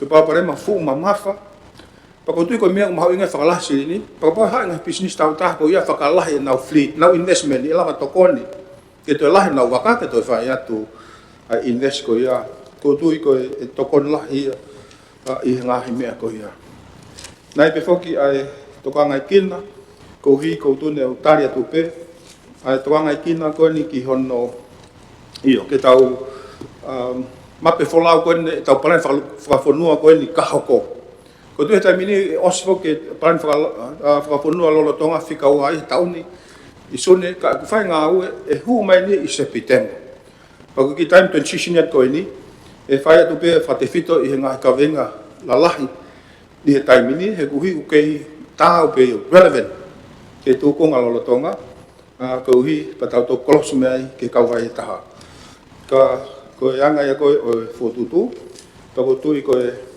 wai pe fu pa mo ai to ka ngai kina to hi ko ngai ma ko ngala hi i no ke fa pa i pe o tu ko tu ma ko me la hi ko tu i ka ha u i me ko ni ma ton ke vai fa ka fe tu pe hata ha pai pe ko fe e mahino bitu fata mai si ha pe tonga tapu ya no pa no ando mesiri ka mahalo ko ngahi me la va tokon ke ta fe tokon aki he ko uhi ko me ka ko alu ta fa bangon ka pa ho ko ha wa ADP e va ha e wa no million ke tuang million na no po ni te lo to fo no pe ha mo ADP e wa ta million ka ho ik fa fine to ha mo AFC panke he va million na America ko tu ko tai minute ta fa la sirini ko ha tau wi nga we e ai pe tai ta tau te tau finga fa ta pe ko hi ke lava pe o nga we aki ai fa nga mari ko ni e tau ka kai ke tau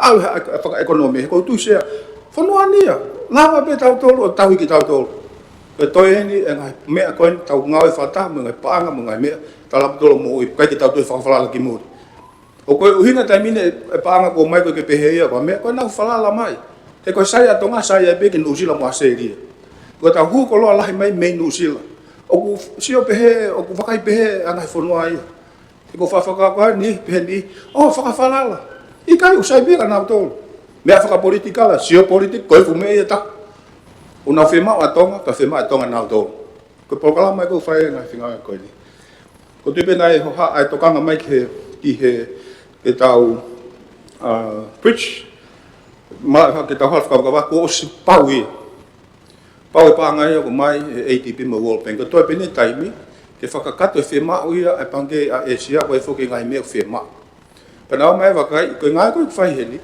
ka nga ta pe hala ka ba ka no te va kai ngai hala la ta tau pe ta fa ka fo la ha mo ta fa ko ma fanga ngai hala la ke hu mai ki ai to te la ngai ki ai ka pe mo ngai business na lava foto he mo kau ka ngai ta mo kau vai e lava pe to mo fai nga maria ia ka ko spau ni pange Asia pange mamani fo papanga me ko ni ka ko to pe ni na processi ko ke na web na me loto pe a ine pe he ko me to toloi pe ai e kamata ka ko spau ho ko ngai ko ni o wai fo ki ko ai ta fa ATF ta fa programa ATP ko programa ko ni o si alu ko ni e tau tafa ko ni half ka va to he tol million o tol million va si ha me de lava o tana ke na project na halomu mo ngai nas ko pa nga to tong ku nga lava o to ko ni mai ki ka ko ha lava ka va ko hi ka tau lava reva o hoko atu ki ngai me ko o tau hoko ki ai pe fo nai pe pa mo ai ko ngai ko mana pe mo ha ma winga ke va ko ni ke to nga ko i vinga o mo ka nga sa pu nga Nei mai fa ke minister mo pre mo pengai mo wi. Ko hi ke nai tokanga pe nai fa tokanga pre anga ke hiki na wa henga.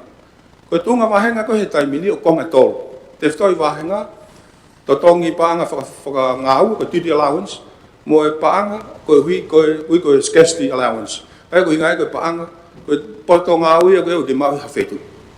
Pana ai kongo ya, pana ame pe ki he ba ma fai ko wa henga. Ona pe he tu ke review e ai tunga faunga ko e wahinga. He ka pau e tāna ka he mea koe ni o watu ia i he tunga tene we si ai laka katoa mo wahinga ho eiki. Ne ngā pēku mau inga ngai ngā koe. Nā pēki i tuku mai ke mau wakai ki ai. Pau nā mai poin koe, nā whai ki whātu tolo. O koe ko hinga koe alu kotoa pē ka ngā ue, koe ngai uhinga keke. Uluaki, uhinga whakafoi tui tui. Hono ua, o koe tai whē maari i he loto ngā ue. O koe ke le rei, atakai ngā ue, una loto mamahi pēr nau alo ai. Pakai ngā tā pē ai, koe whainga maari e. Ka mea whawhetai, si kei lahi pē tau kautonga hen ka professional nau nofo hen.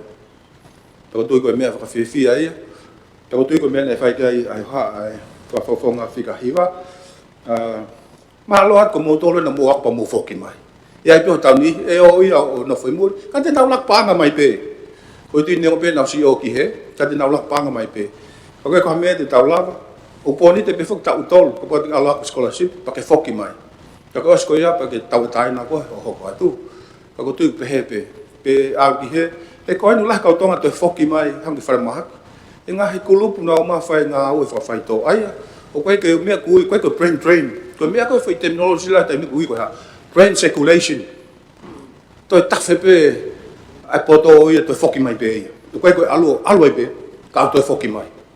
Ai ko tui ko mea e tau lawa sio ki ai i he hoko atu koe ni, i he tau kakai. Ka tau uwha maalo, no wha mea kakai professional, ngā ue whanua. Nā ofa whanua. Tako tui ko mea whawhiawhia ia. Whaipo tau re reita i he ngā koe. Koe konga whuna e haa ki ai. Ke he tīru regulation, moe mea, o ton ke lau he pure anga, moe mea oua e lau i he tuke tau ataina. Ko tui ko i palanisi i perperingesi. Ka mōni ia. Wai ngai mea ua atu pure anga ala ki ai toi kovia. Wai pe ngai mea ia, ton ke tau ala ki ai. Hangai koe ni koe totongi, mahu inga koe ne koloa. Pe fo koloa sai, lahi pe whangi whare koloa mo whai te riha pe mo tol ko hai totongi mo ai. Atu wau kai atu yo, tupu e whau ki o lunga. Pene pe, hua tue pure anga tang, whoki fo totongi. Ai o pehe pe. Ka koe tui ko tau whaama tau tolu, mama wake pure anga lahi taha. Nā tue ata whakapalparema. Ka, ko hui koe ha, pure anga ki ha, common good. Malu e kakai whanua, pa ko tui ko tau whatongia hou eiki. Tu pau pe, e tau tukanga kina, ngai mea koe ia. Nai pe whai tukanga ki no koe ni, whapoi ne tima, o kau katoa e pe, kau e pe, koe me ka certificate mo i tuai, taha pe tongan, tia ni hu pe ko whe, ako maalunga whukia. Mo hua mai ku tau seni tia. Ko tau whakamu e hanga tau lau, aka tonga, awa tonga ni a pesete nima noe ka mau me tai tohi. Tau kei tau lau lau bitu. Ko tui ku tau whawhiawhia ku wako i whanau i e taimeni. Toi sayang, kau tau atpesi ni ko e to koni. Scholarship i au si. Kei lawa hei iwi pa ngā scholarship a kau tau toi whalahi atu pe. Kui koe kaha u, whate whitu e nao tolu. Ko tui koe uhinga ia, o ku atu ai, ai to koni koe ni, mo tau tala manu mo loto la. Whakai ai whanau, ki nao wako koe o whai. Hanga te au sea koe, ki mea pena o toi ka paupe te hame o te ngalo ka te. Mala. Te ka tau pēke tōtō. O ka te ka, eke pē whi whehui tātau pēna e mana e ngalo pē e ki me sāpanga. E koe mea pēna, ko whiwhia oi, unde mea mai atu, o kukau e TNU mo mea i hongo full miliona. Ki he no koe ki he TVT, ko tui, koe mea mahu inga ia, ko nau tolu, nau provide lahi apito ai TVT. Ko mea ne whai toangi ai e sea pe ko Maua agreement e wal pengi mo AFC ke Sebe ki whaton tono. Koe mea koe ni ka wate mo lau pe e tau pepa. O atu inasi o e TNU. Koe contribution ea pule anga. Koe ki hongo fulu e koe mo ofa mai koe si tuku e ke no e kau masi. Kakai ko ku si kai lava o ma. Mea pango pe o ku mea mai pare mea mea ke. Mea haki toni pare mea, whakaton tonu e pare mea. E tok mea ani mai pe pare mea ke TNU ton pare mea. Ako kore atu tuk mo tok fe mea aki moa. Ike o. Ko atu e ku. O peke o sea te whamatala. o funky whanau koe i he tia niu nau mai me family masiva. Ke nau rawa na tō no me. Koe tia niu o se ato no inasi. Koe ku uhinga e ku whamatala. Koe ki whatotona pe, whana ke mea pe ki ai, pe potunga ko koe ave koe inasi koe crime. Ta tau pe ia me tau ko sinki e tau. O pati ke mea ki ai. Mea i whape ke pachete potunga ko. O kai kia ha mea i ai, ki ha pachete ke langa. Ai u workshop. Io, ke he ia sea. Ke he mea i koe mi o whehui ai, ko whehui pe ku ata tia niu ki he. Koe tari i kai wato mo inasi. Koe koe kai whatotona pe koe mea koe nā tō matau. Ata e whanau ako io. Whanau ako koe kau masiva. Koe koe mea tokan ki ai sea. Ai ke mahi noi, koe uhinga i ni ke no, ke langa ha u workshop. Na ke whehui a nenai pe koe high condition ki he no e pango i ni pa kou talatu. Koe pango i ni koe ki tau toi tua tau tolu. Hoi minister. Hoi no pele mo kumo toka whawhong ke tau taki mua hono no e se. Ka mea whatotono. Ai ko mea ko hinga ki ai. Tukuia ke kau masiva ke na uono ai. Koe uhinga ai. E ko tia niu koe kau reka ai. Ata mai lelei kau nau mai me ngai whamelu. E tōn pare mia. O ke si tokanga ke kau masiva. O se koe ko tūwhai whare kau masiva. Ke ngahi potunga oe la. Kanga whewhe ho talama he ni ma koe o ke tokanga ke kau masiva. Koe whare ke kau masiva koe whare foromu na mo whakatau mai koe ke. Eo ake no whai kau foromu. Ake ai paanga ki he kau masiva. Kliniki. Oi, wheunga mo whemeaki. Ta whuk mai e malanga e pare miao ku whai whehu i ki ai. Baro se. Ai koe whehu i pia mea pango koe mana kai ke whanawale re mai tōn pare mea. E mea koe nei TNU ai pare mea. Koe mea nei whai tokanga kei whehu ko ia. E nei os whapapau he World Bank. Ai funding ko ia. Ki he mea he kou siu pia ia. Koe wanoa miliona. Ko hinga pi ke ongoing ke ta ua tau tolu. Paro se. E mai whawhatani ma. Tap mo e whitu nei tia. Tap whong e tama prinsi. Tap ke e paremia mo e hoi minister. Tap atu e pile hoi ki nopere. Kau maa kau whawhonga kakai. Sea oku kau ai fotutu honi ki he tokanga e kina makehe o e sektoa tau taha he whakawhiawhia ia ki he motuan he wakai hifo o whai hono tokanga e kina he kutui e motuan e ksea ko e langa ia whakaekonomika ia ku ngari e tuuloa ko sektor tau taha.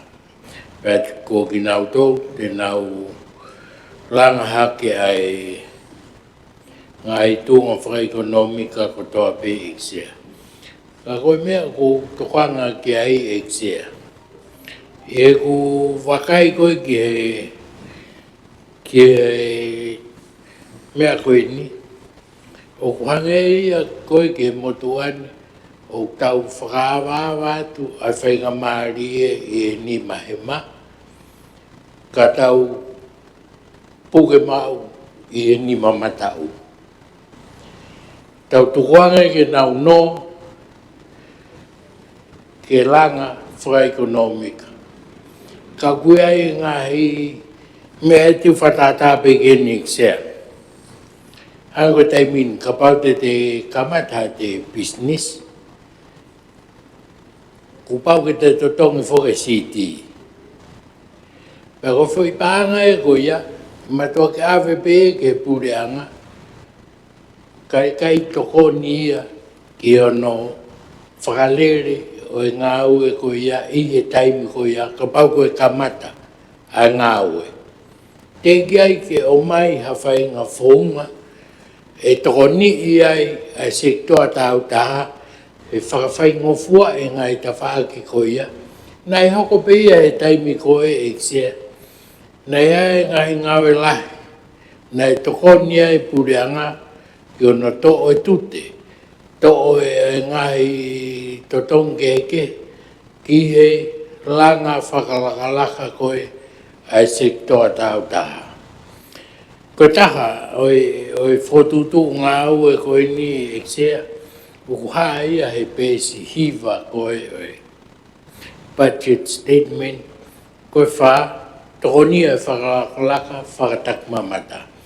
O kulawe pe ai whaitawha koe ni ki he hōtere o amanaki ke langa. Whewhe nei ai ngahi hōtere, ngahi wharetari whanonga. O nau si whaingata ia he nā nau no. Kuia hea whainga whōtūtū ke tokoni ki nau tolu ko uhi ke whanonga atu koe ke kahau te nau lawa o whakalere ai ngā ue. Hange nia ku tau tokoni ai o mai koe e who'ou. Ka kuiai ai ni ihi o nau lorotonga i loto whai e whatongia ko ia o nau whiema hatoko ni pehe. Ko ia sea ku kore pea kuia ki he ekparemia mo Minista Panga ke whai anga hato e sio. Ke a whai ngā tokoni e lawa inasi ai ai sektor tau taha e kau peheni mo e ngahi whakalakalaka, whakakoro, whakawāhenga, ia e ngahi tukuhau ka pau e lawa whai e sio ki ai eksea, e toko nia ki hono whakamālohi mo whakaiwi ange, ai sektor tau taha ki e ne hoko atu.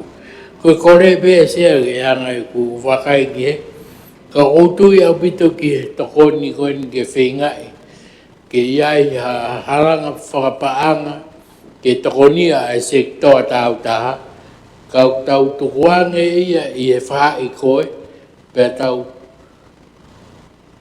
hamala i e whaai koe taha, o sea ngi o kai ke ma ua whai ngā uno, ki mua i he te whtoi whakau koe ni sea. Koe anga ia e whotu o atu tuku atu, mahalo i sea.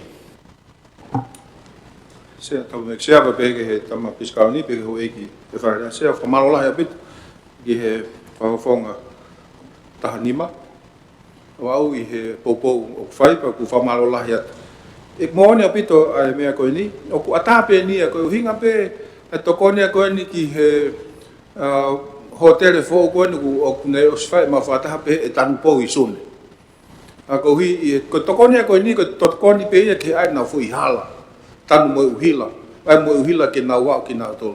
Ko mea koe ki he paanga koe ni utau ngawe mo ngai paanga ke he, alu kotoa to tofu kotoa pe ulaki. Ko whangi business u kamata, u tau ko incubator. Business kamata, business u tonga lere, ai business u lere, koe ke fulele rei, tōne ki manau tō, mo ngai business u lere, ka toi lere iang. Pako tui koe whainga maria koe ni, pau ke kau kotoa mai peki ai. Pako ko mea o whawhiawhia i he kaingata peki tōnoa miriona koe ni fusisi, o te mai me ngai panga to kon mai o te te nau lava hake ki ai private sector o kai befoke ai me ai fa fonga felave me tuku hau o kai befoke me tau tuku hau to tonga fakai he tai mine tunga tuku hau tu la ngai tuku hau a fa ata ia o ke nga ue anga gen ka ue to tai ke o sanga tuku hau to ne ke mama fa pe i ka ai me ngai me pe he ka go tui ko anga ko tuku hau tau pe he fa ngata pe se te wani ma GDP ua te ovai. Ka mō mea befok, pau tau tōni e ngai PCC ko mau e nau tupu, ma ia pāngo ia langa ke wafu, me ngai mea pehe. Ka koutui e ahon, mea mai whawhonga, ka pau ko nima matau tu me hamala, tau kore tō hamala, tau oska nipa tau pe tuku ai hamala ka tau ngai whata, ka ha mea te tau lava o tokoni. Koutui wai ngai mea nei hoko i e kohiri, o ke a o totonu a tokoni. Ka koutui ko e whainga maari e nia ki tau whetokoni aki, wheha whaunga, ke lava tokonia ngai pisinisi pete tau fu fia o se tau ni mo me hongo fulu mo kien to lau mau ui tau tai sisi pese pe ua pe tolu na contribution ke GDP fu sisi ko tau tai mo ngai me ko tau pe o se tau ni hongo fulu me hen ku lau mau ui an ko me fa fia ia ko tui ko pango ni te tau sof ka to pe ngai tu uma o ko ngai pisinisi pe fo ngai pisinisi ia ko ngai pisinisi na ke hangai pe tu be tangata sisi al ha ko matu tua pako pau ke mate ia Pagoi ngai business to fam ke lolo ane tolonga. Pago tu ko ka vingai ho ik ka mai nga me ko ni tau to kon ko ke oseange lawa o to ha ke ki anga tu nga fa economica a ho tau fonwan malo se. Se fa pe ki to kon ni ke tari pe fe ko ni ke fe mau inga ke fe se ni ko ha ko i he ta se di ko to no million. Hanga me ko wat hik pare mia o hekai ke whakalaulan nuia ke peko au peke ngai business lala. Ka kon oingan sea he koe potungai kon he MTET. O no whenga ke teke e whahinga una he level kon ui ko informal sector. O ku whakanatulaki na tole mea koe ni koe micro ka moe micro. Te keiki o whio whina tōwia ki he mea kon ui ko small, pe medium enterprise. Ai koe pāngoe ni tene whakaai airewa ai toko lahi ke nau unu me he ngahi business ko nau tonga nofo. Momentu i sea koe pese te valu e kakai, o nau nofo holo he sektor ko ni, informal sector. Ko no oange ni ai iwi ko na nau tangi ke na mu whanongo pe i he summiti. Mau whie mau haki i se niti ke toko ni ai mau tolu whakamea ngāue, mo whakaiwia, ka mo whakaako, kai lava ke mau unu me mea mau lotonga e he koe ke ni whanau e ia income le leke ngai family. O renko o mai e ni o tuku i he feitu to tonu pa ai hono ngai condition hangi ko talanoga ne nai sea ka pau o kuke o kuke o si lelei pe pa tuku se ni ko ni ke fahinga ko na fu fie mau vivi tau fa fanongo he atu ki ni ma ke pange falala ka ni ma miliona tu o mai pe ka tamalala he to o be tol o si ase ni ka hanu e fangi me ai ki kon fa tano ko e misa ko MTT ni no tonga fa mai policy o mo 422 ke tau hanga ave e pesete valu ko ni ko ha to lai ka ke na unu me he level na ye ko informal na unu me he level ho mai pa na hoko ko funky small enterprise ka pam te tau foki ke historia ngai fonua tu mari han ko Singapore ko Taiwan ko Malaysia ko nau kamata pe me mea tatau pese. Se ki toko ni pe ke to pa e loto ke no pe ki fehu. Nga ko tana kan ke resita ko ngai business se.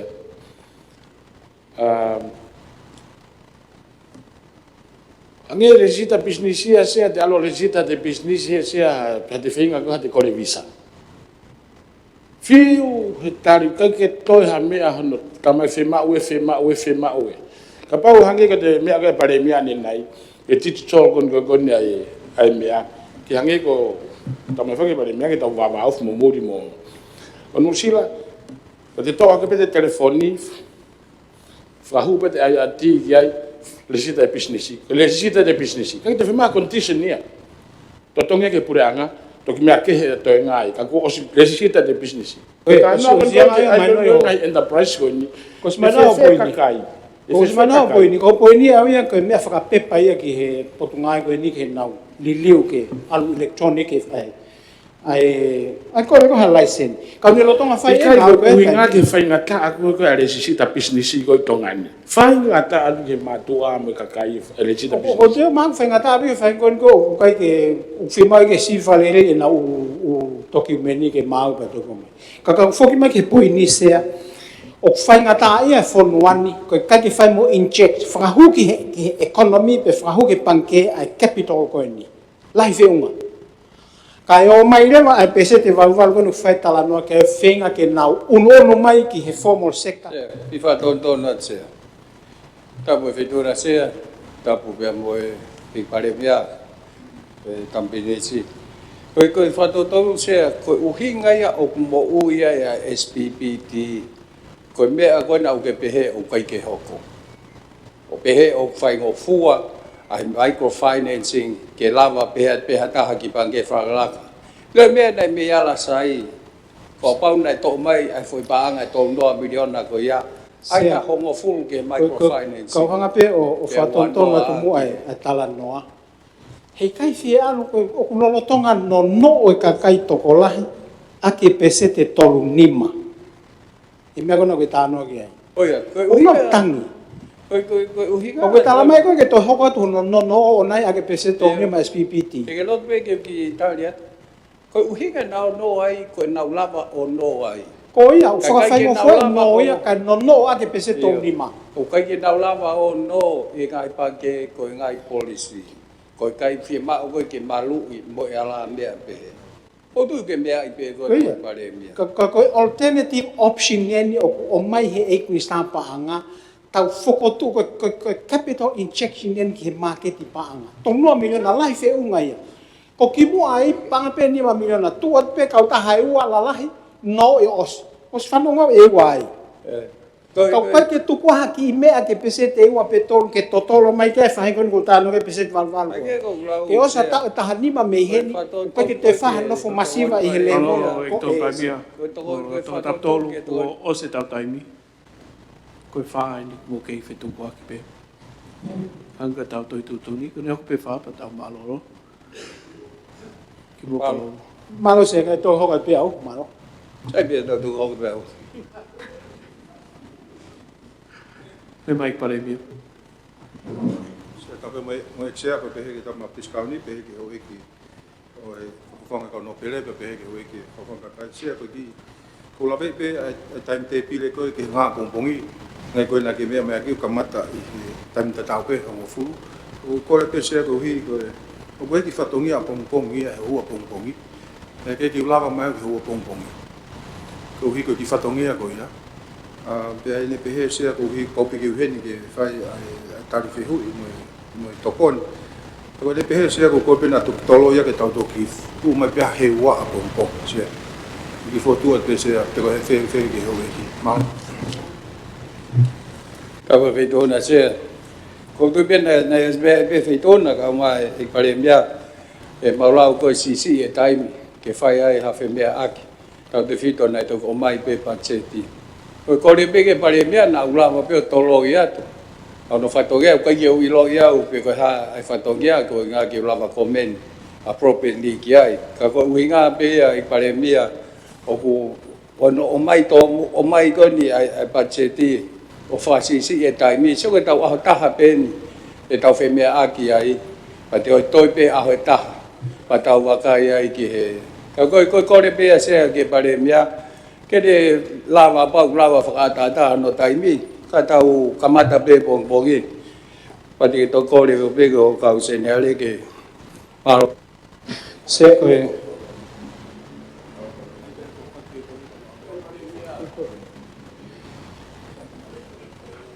te molonga kai ki mau se ke tu ko ke pare mia pe ko hani lau tu e ton pare mia ya ko winga nei ko le mai pare mia pe a tu en dai fo tu o ke pare mia ke ne tari mai ton pare mia ko se ko nge bo mia mai pare mia me fila lo kai fai malanga we fa ton i kai ko fa ton ko ate mia ko nei o ko to ki o mai pe he e sia ko hi ko fatongia ma hoinga te lava toloi e mea ki ai maha he kai ki avia ho wata ka tau fok me ta to hongo fulu ka hoko ate au ai tau tarife hu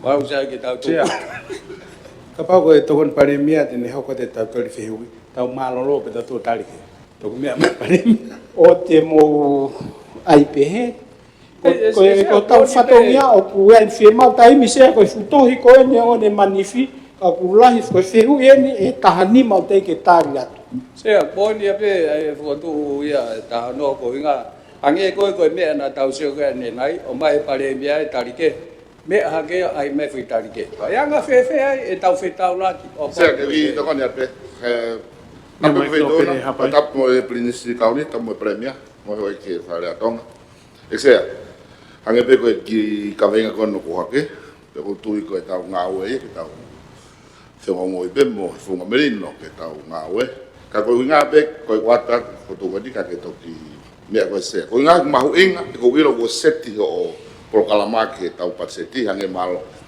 ke weekend tau pas de he famata patseti ke wai me mia ke tu ke komit pa nga mo ka ha ka ko foto pe ko nga ku ko mai pare mia pe ku mai no pe ko nga fatongia ka ko nga exe ko ho wai mo furu ke tawa na pe wai mo ngai fehu na o ha pe ahon yang ena la ki ai pe ko la ve at ke ho ki no ke mo te na ko tau hoko atu me tai mini ke ho ai wa ko ia pe ko tau to tu tu ni ke hoko te fok mai ono ke ai ho ai wa ko ia kai lava ka to pe mo tari mai le vai u fe hu ia na ke ha ni ke osia ya hon atau to kamata ta to pompo ngai ka ko at pe ko tu ke ngai me ko si pe e la pe ke tau te hoko te ho ai wa ko ni pe ko tau ki malo ka tau te fok mai ai fu ho ai wa ko le pare mi a pompo ni kai na pa ma le pe mo hoko te tau nga we hoko pe ai ngai po kala ma a ho hange ku es foto tu kai malo se que ne fai pe fe me mai vai mia pa ku ne pe que tau malo o fe me a te que me ko no hin kai ni ma va ko que pom pom me tau fale pa ko no es me a pe ko ho ka que ia ho ta que me ko ma se ko es me a pe no ma inga porque ne kore mai pe ana que mo no to ma ula lo pe tau ko pe tau ko ko hi ula hi me a tai to to ta ko bueno pero ai ta ko tau le que no ko tau le pom pom que no ako feo pe que pare me o pai que me ha ka yo fa ko mai o mo wa ka que tu kwai ko to ko ni ko tau to lo pe he ni ko e fe tu na que fai ko le ko no mo lo bu anga ma he ni ya que te tari mai hanga me o tu fe ka ma te ko le ko tari ni ko atu se ko feo ya tu ha me ko que mo feo ko dai mo ko to kon pare ni au que pare mi Então para mim, kata mo me foi tam ko le po me kila. Hoi. Mo mantu ita to tu ni, ko me ko sea da mo long. O mo mamau ita tu ni tam ko po me tam ko le. Ko fi fa manata pe hoi ki mo ta mo malu fare. Ko ta mi os. Kange ko foto ko ni fa ta no. Kapau ki bolo to le ki me mai ton pa mi fitong e mista panga na ta to le ki hua pero tu fa poto me mai ki ek no pera hapai ko hua ko ni more ho pompongi o ka me a te pare mia ni fatong e make e mala pe fitong e khata fata e ahon e ho ka te hua pe ko ta ho ka te fa pompongi ki ma pe a ka to ki more ta taimi ka ko me lua ki moloto ki fetong e ton pai mia ai pare mia a pompong pe kai sea pa mo mo ko fa fo ke ta ko fa hua pe fa pe fa la ki ton pare mia apa ko ko tu ko me ki tau fe mana ki ai ko fe time te tau fa fetong ya ki ho wa ko more te tau ko te ahon te tau tana ki ho wa ko pompongi ki he fia pompongi sea pa pai be ko le tai me pare mia ka te popo wa tu ke to pe me ha pai pa pe pa ta to kamata e wa le ke no pom pom ko ro pe to fa pa lo tia ke li ta tu ni a ko pu ka pe ke ho we ki pe ga na me na la ma le ke te foto ko ni ke puranga o me se va pe ke ta mo ka ni me ho iki o ko be fu mo fan ki po kala mai ha o ko re ka pa lava ni ta u le ta tolu tu ta i apong ipong o ke os ko apong pong e pa ta ho pa to ko i ko ngai time bon Malo ke pa kala ki ta parot ko roto ki tari foto ki ta fata me wa pompongi ki ono fahamani se lo ga sa sovalin tulsi lente va ta yone se menin to moa mi vasataka Mare tunuku, samiku tawai pulu, ndam latu, ek nista, nga falot funwa, ek nista ki muri me kautoa ni afio, ek paremia, ton paremia, ek nista ko, ek nista fatawaki, ek nista ngowe, ek no pere tihangan, ek no pere fohe, ek no pere tivagano, ek no pere vaia, ek no pere tula kepa. Loto kotoa ke hoi kweni o toko ua fulu. Ko vika loto ki foto fahamani ma. Loto kotoa hoi ki.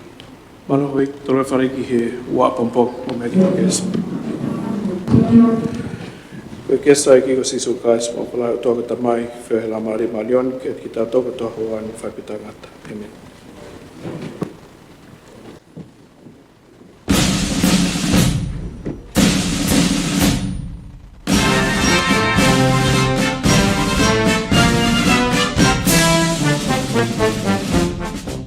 Tunga i hanga lelea pureanga Australia.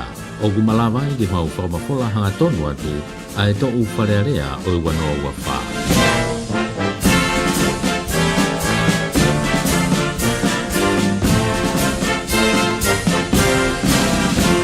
We are broadcasting the parliamentary deliberations for 2024 with the compliments of the Australian government.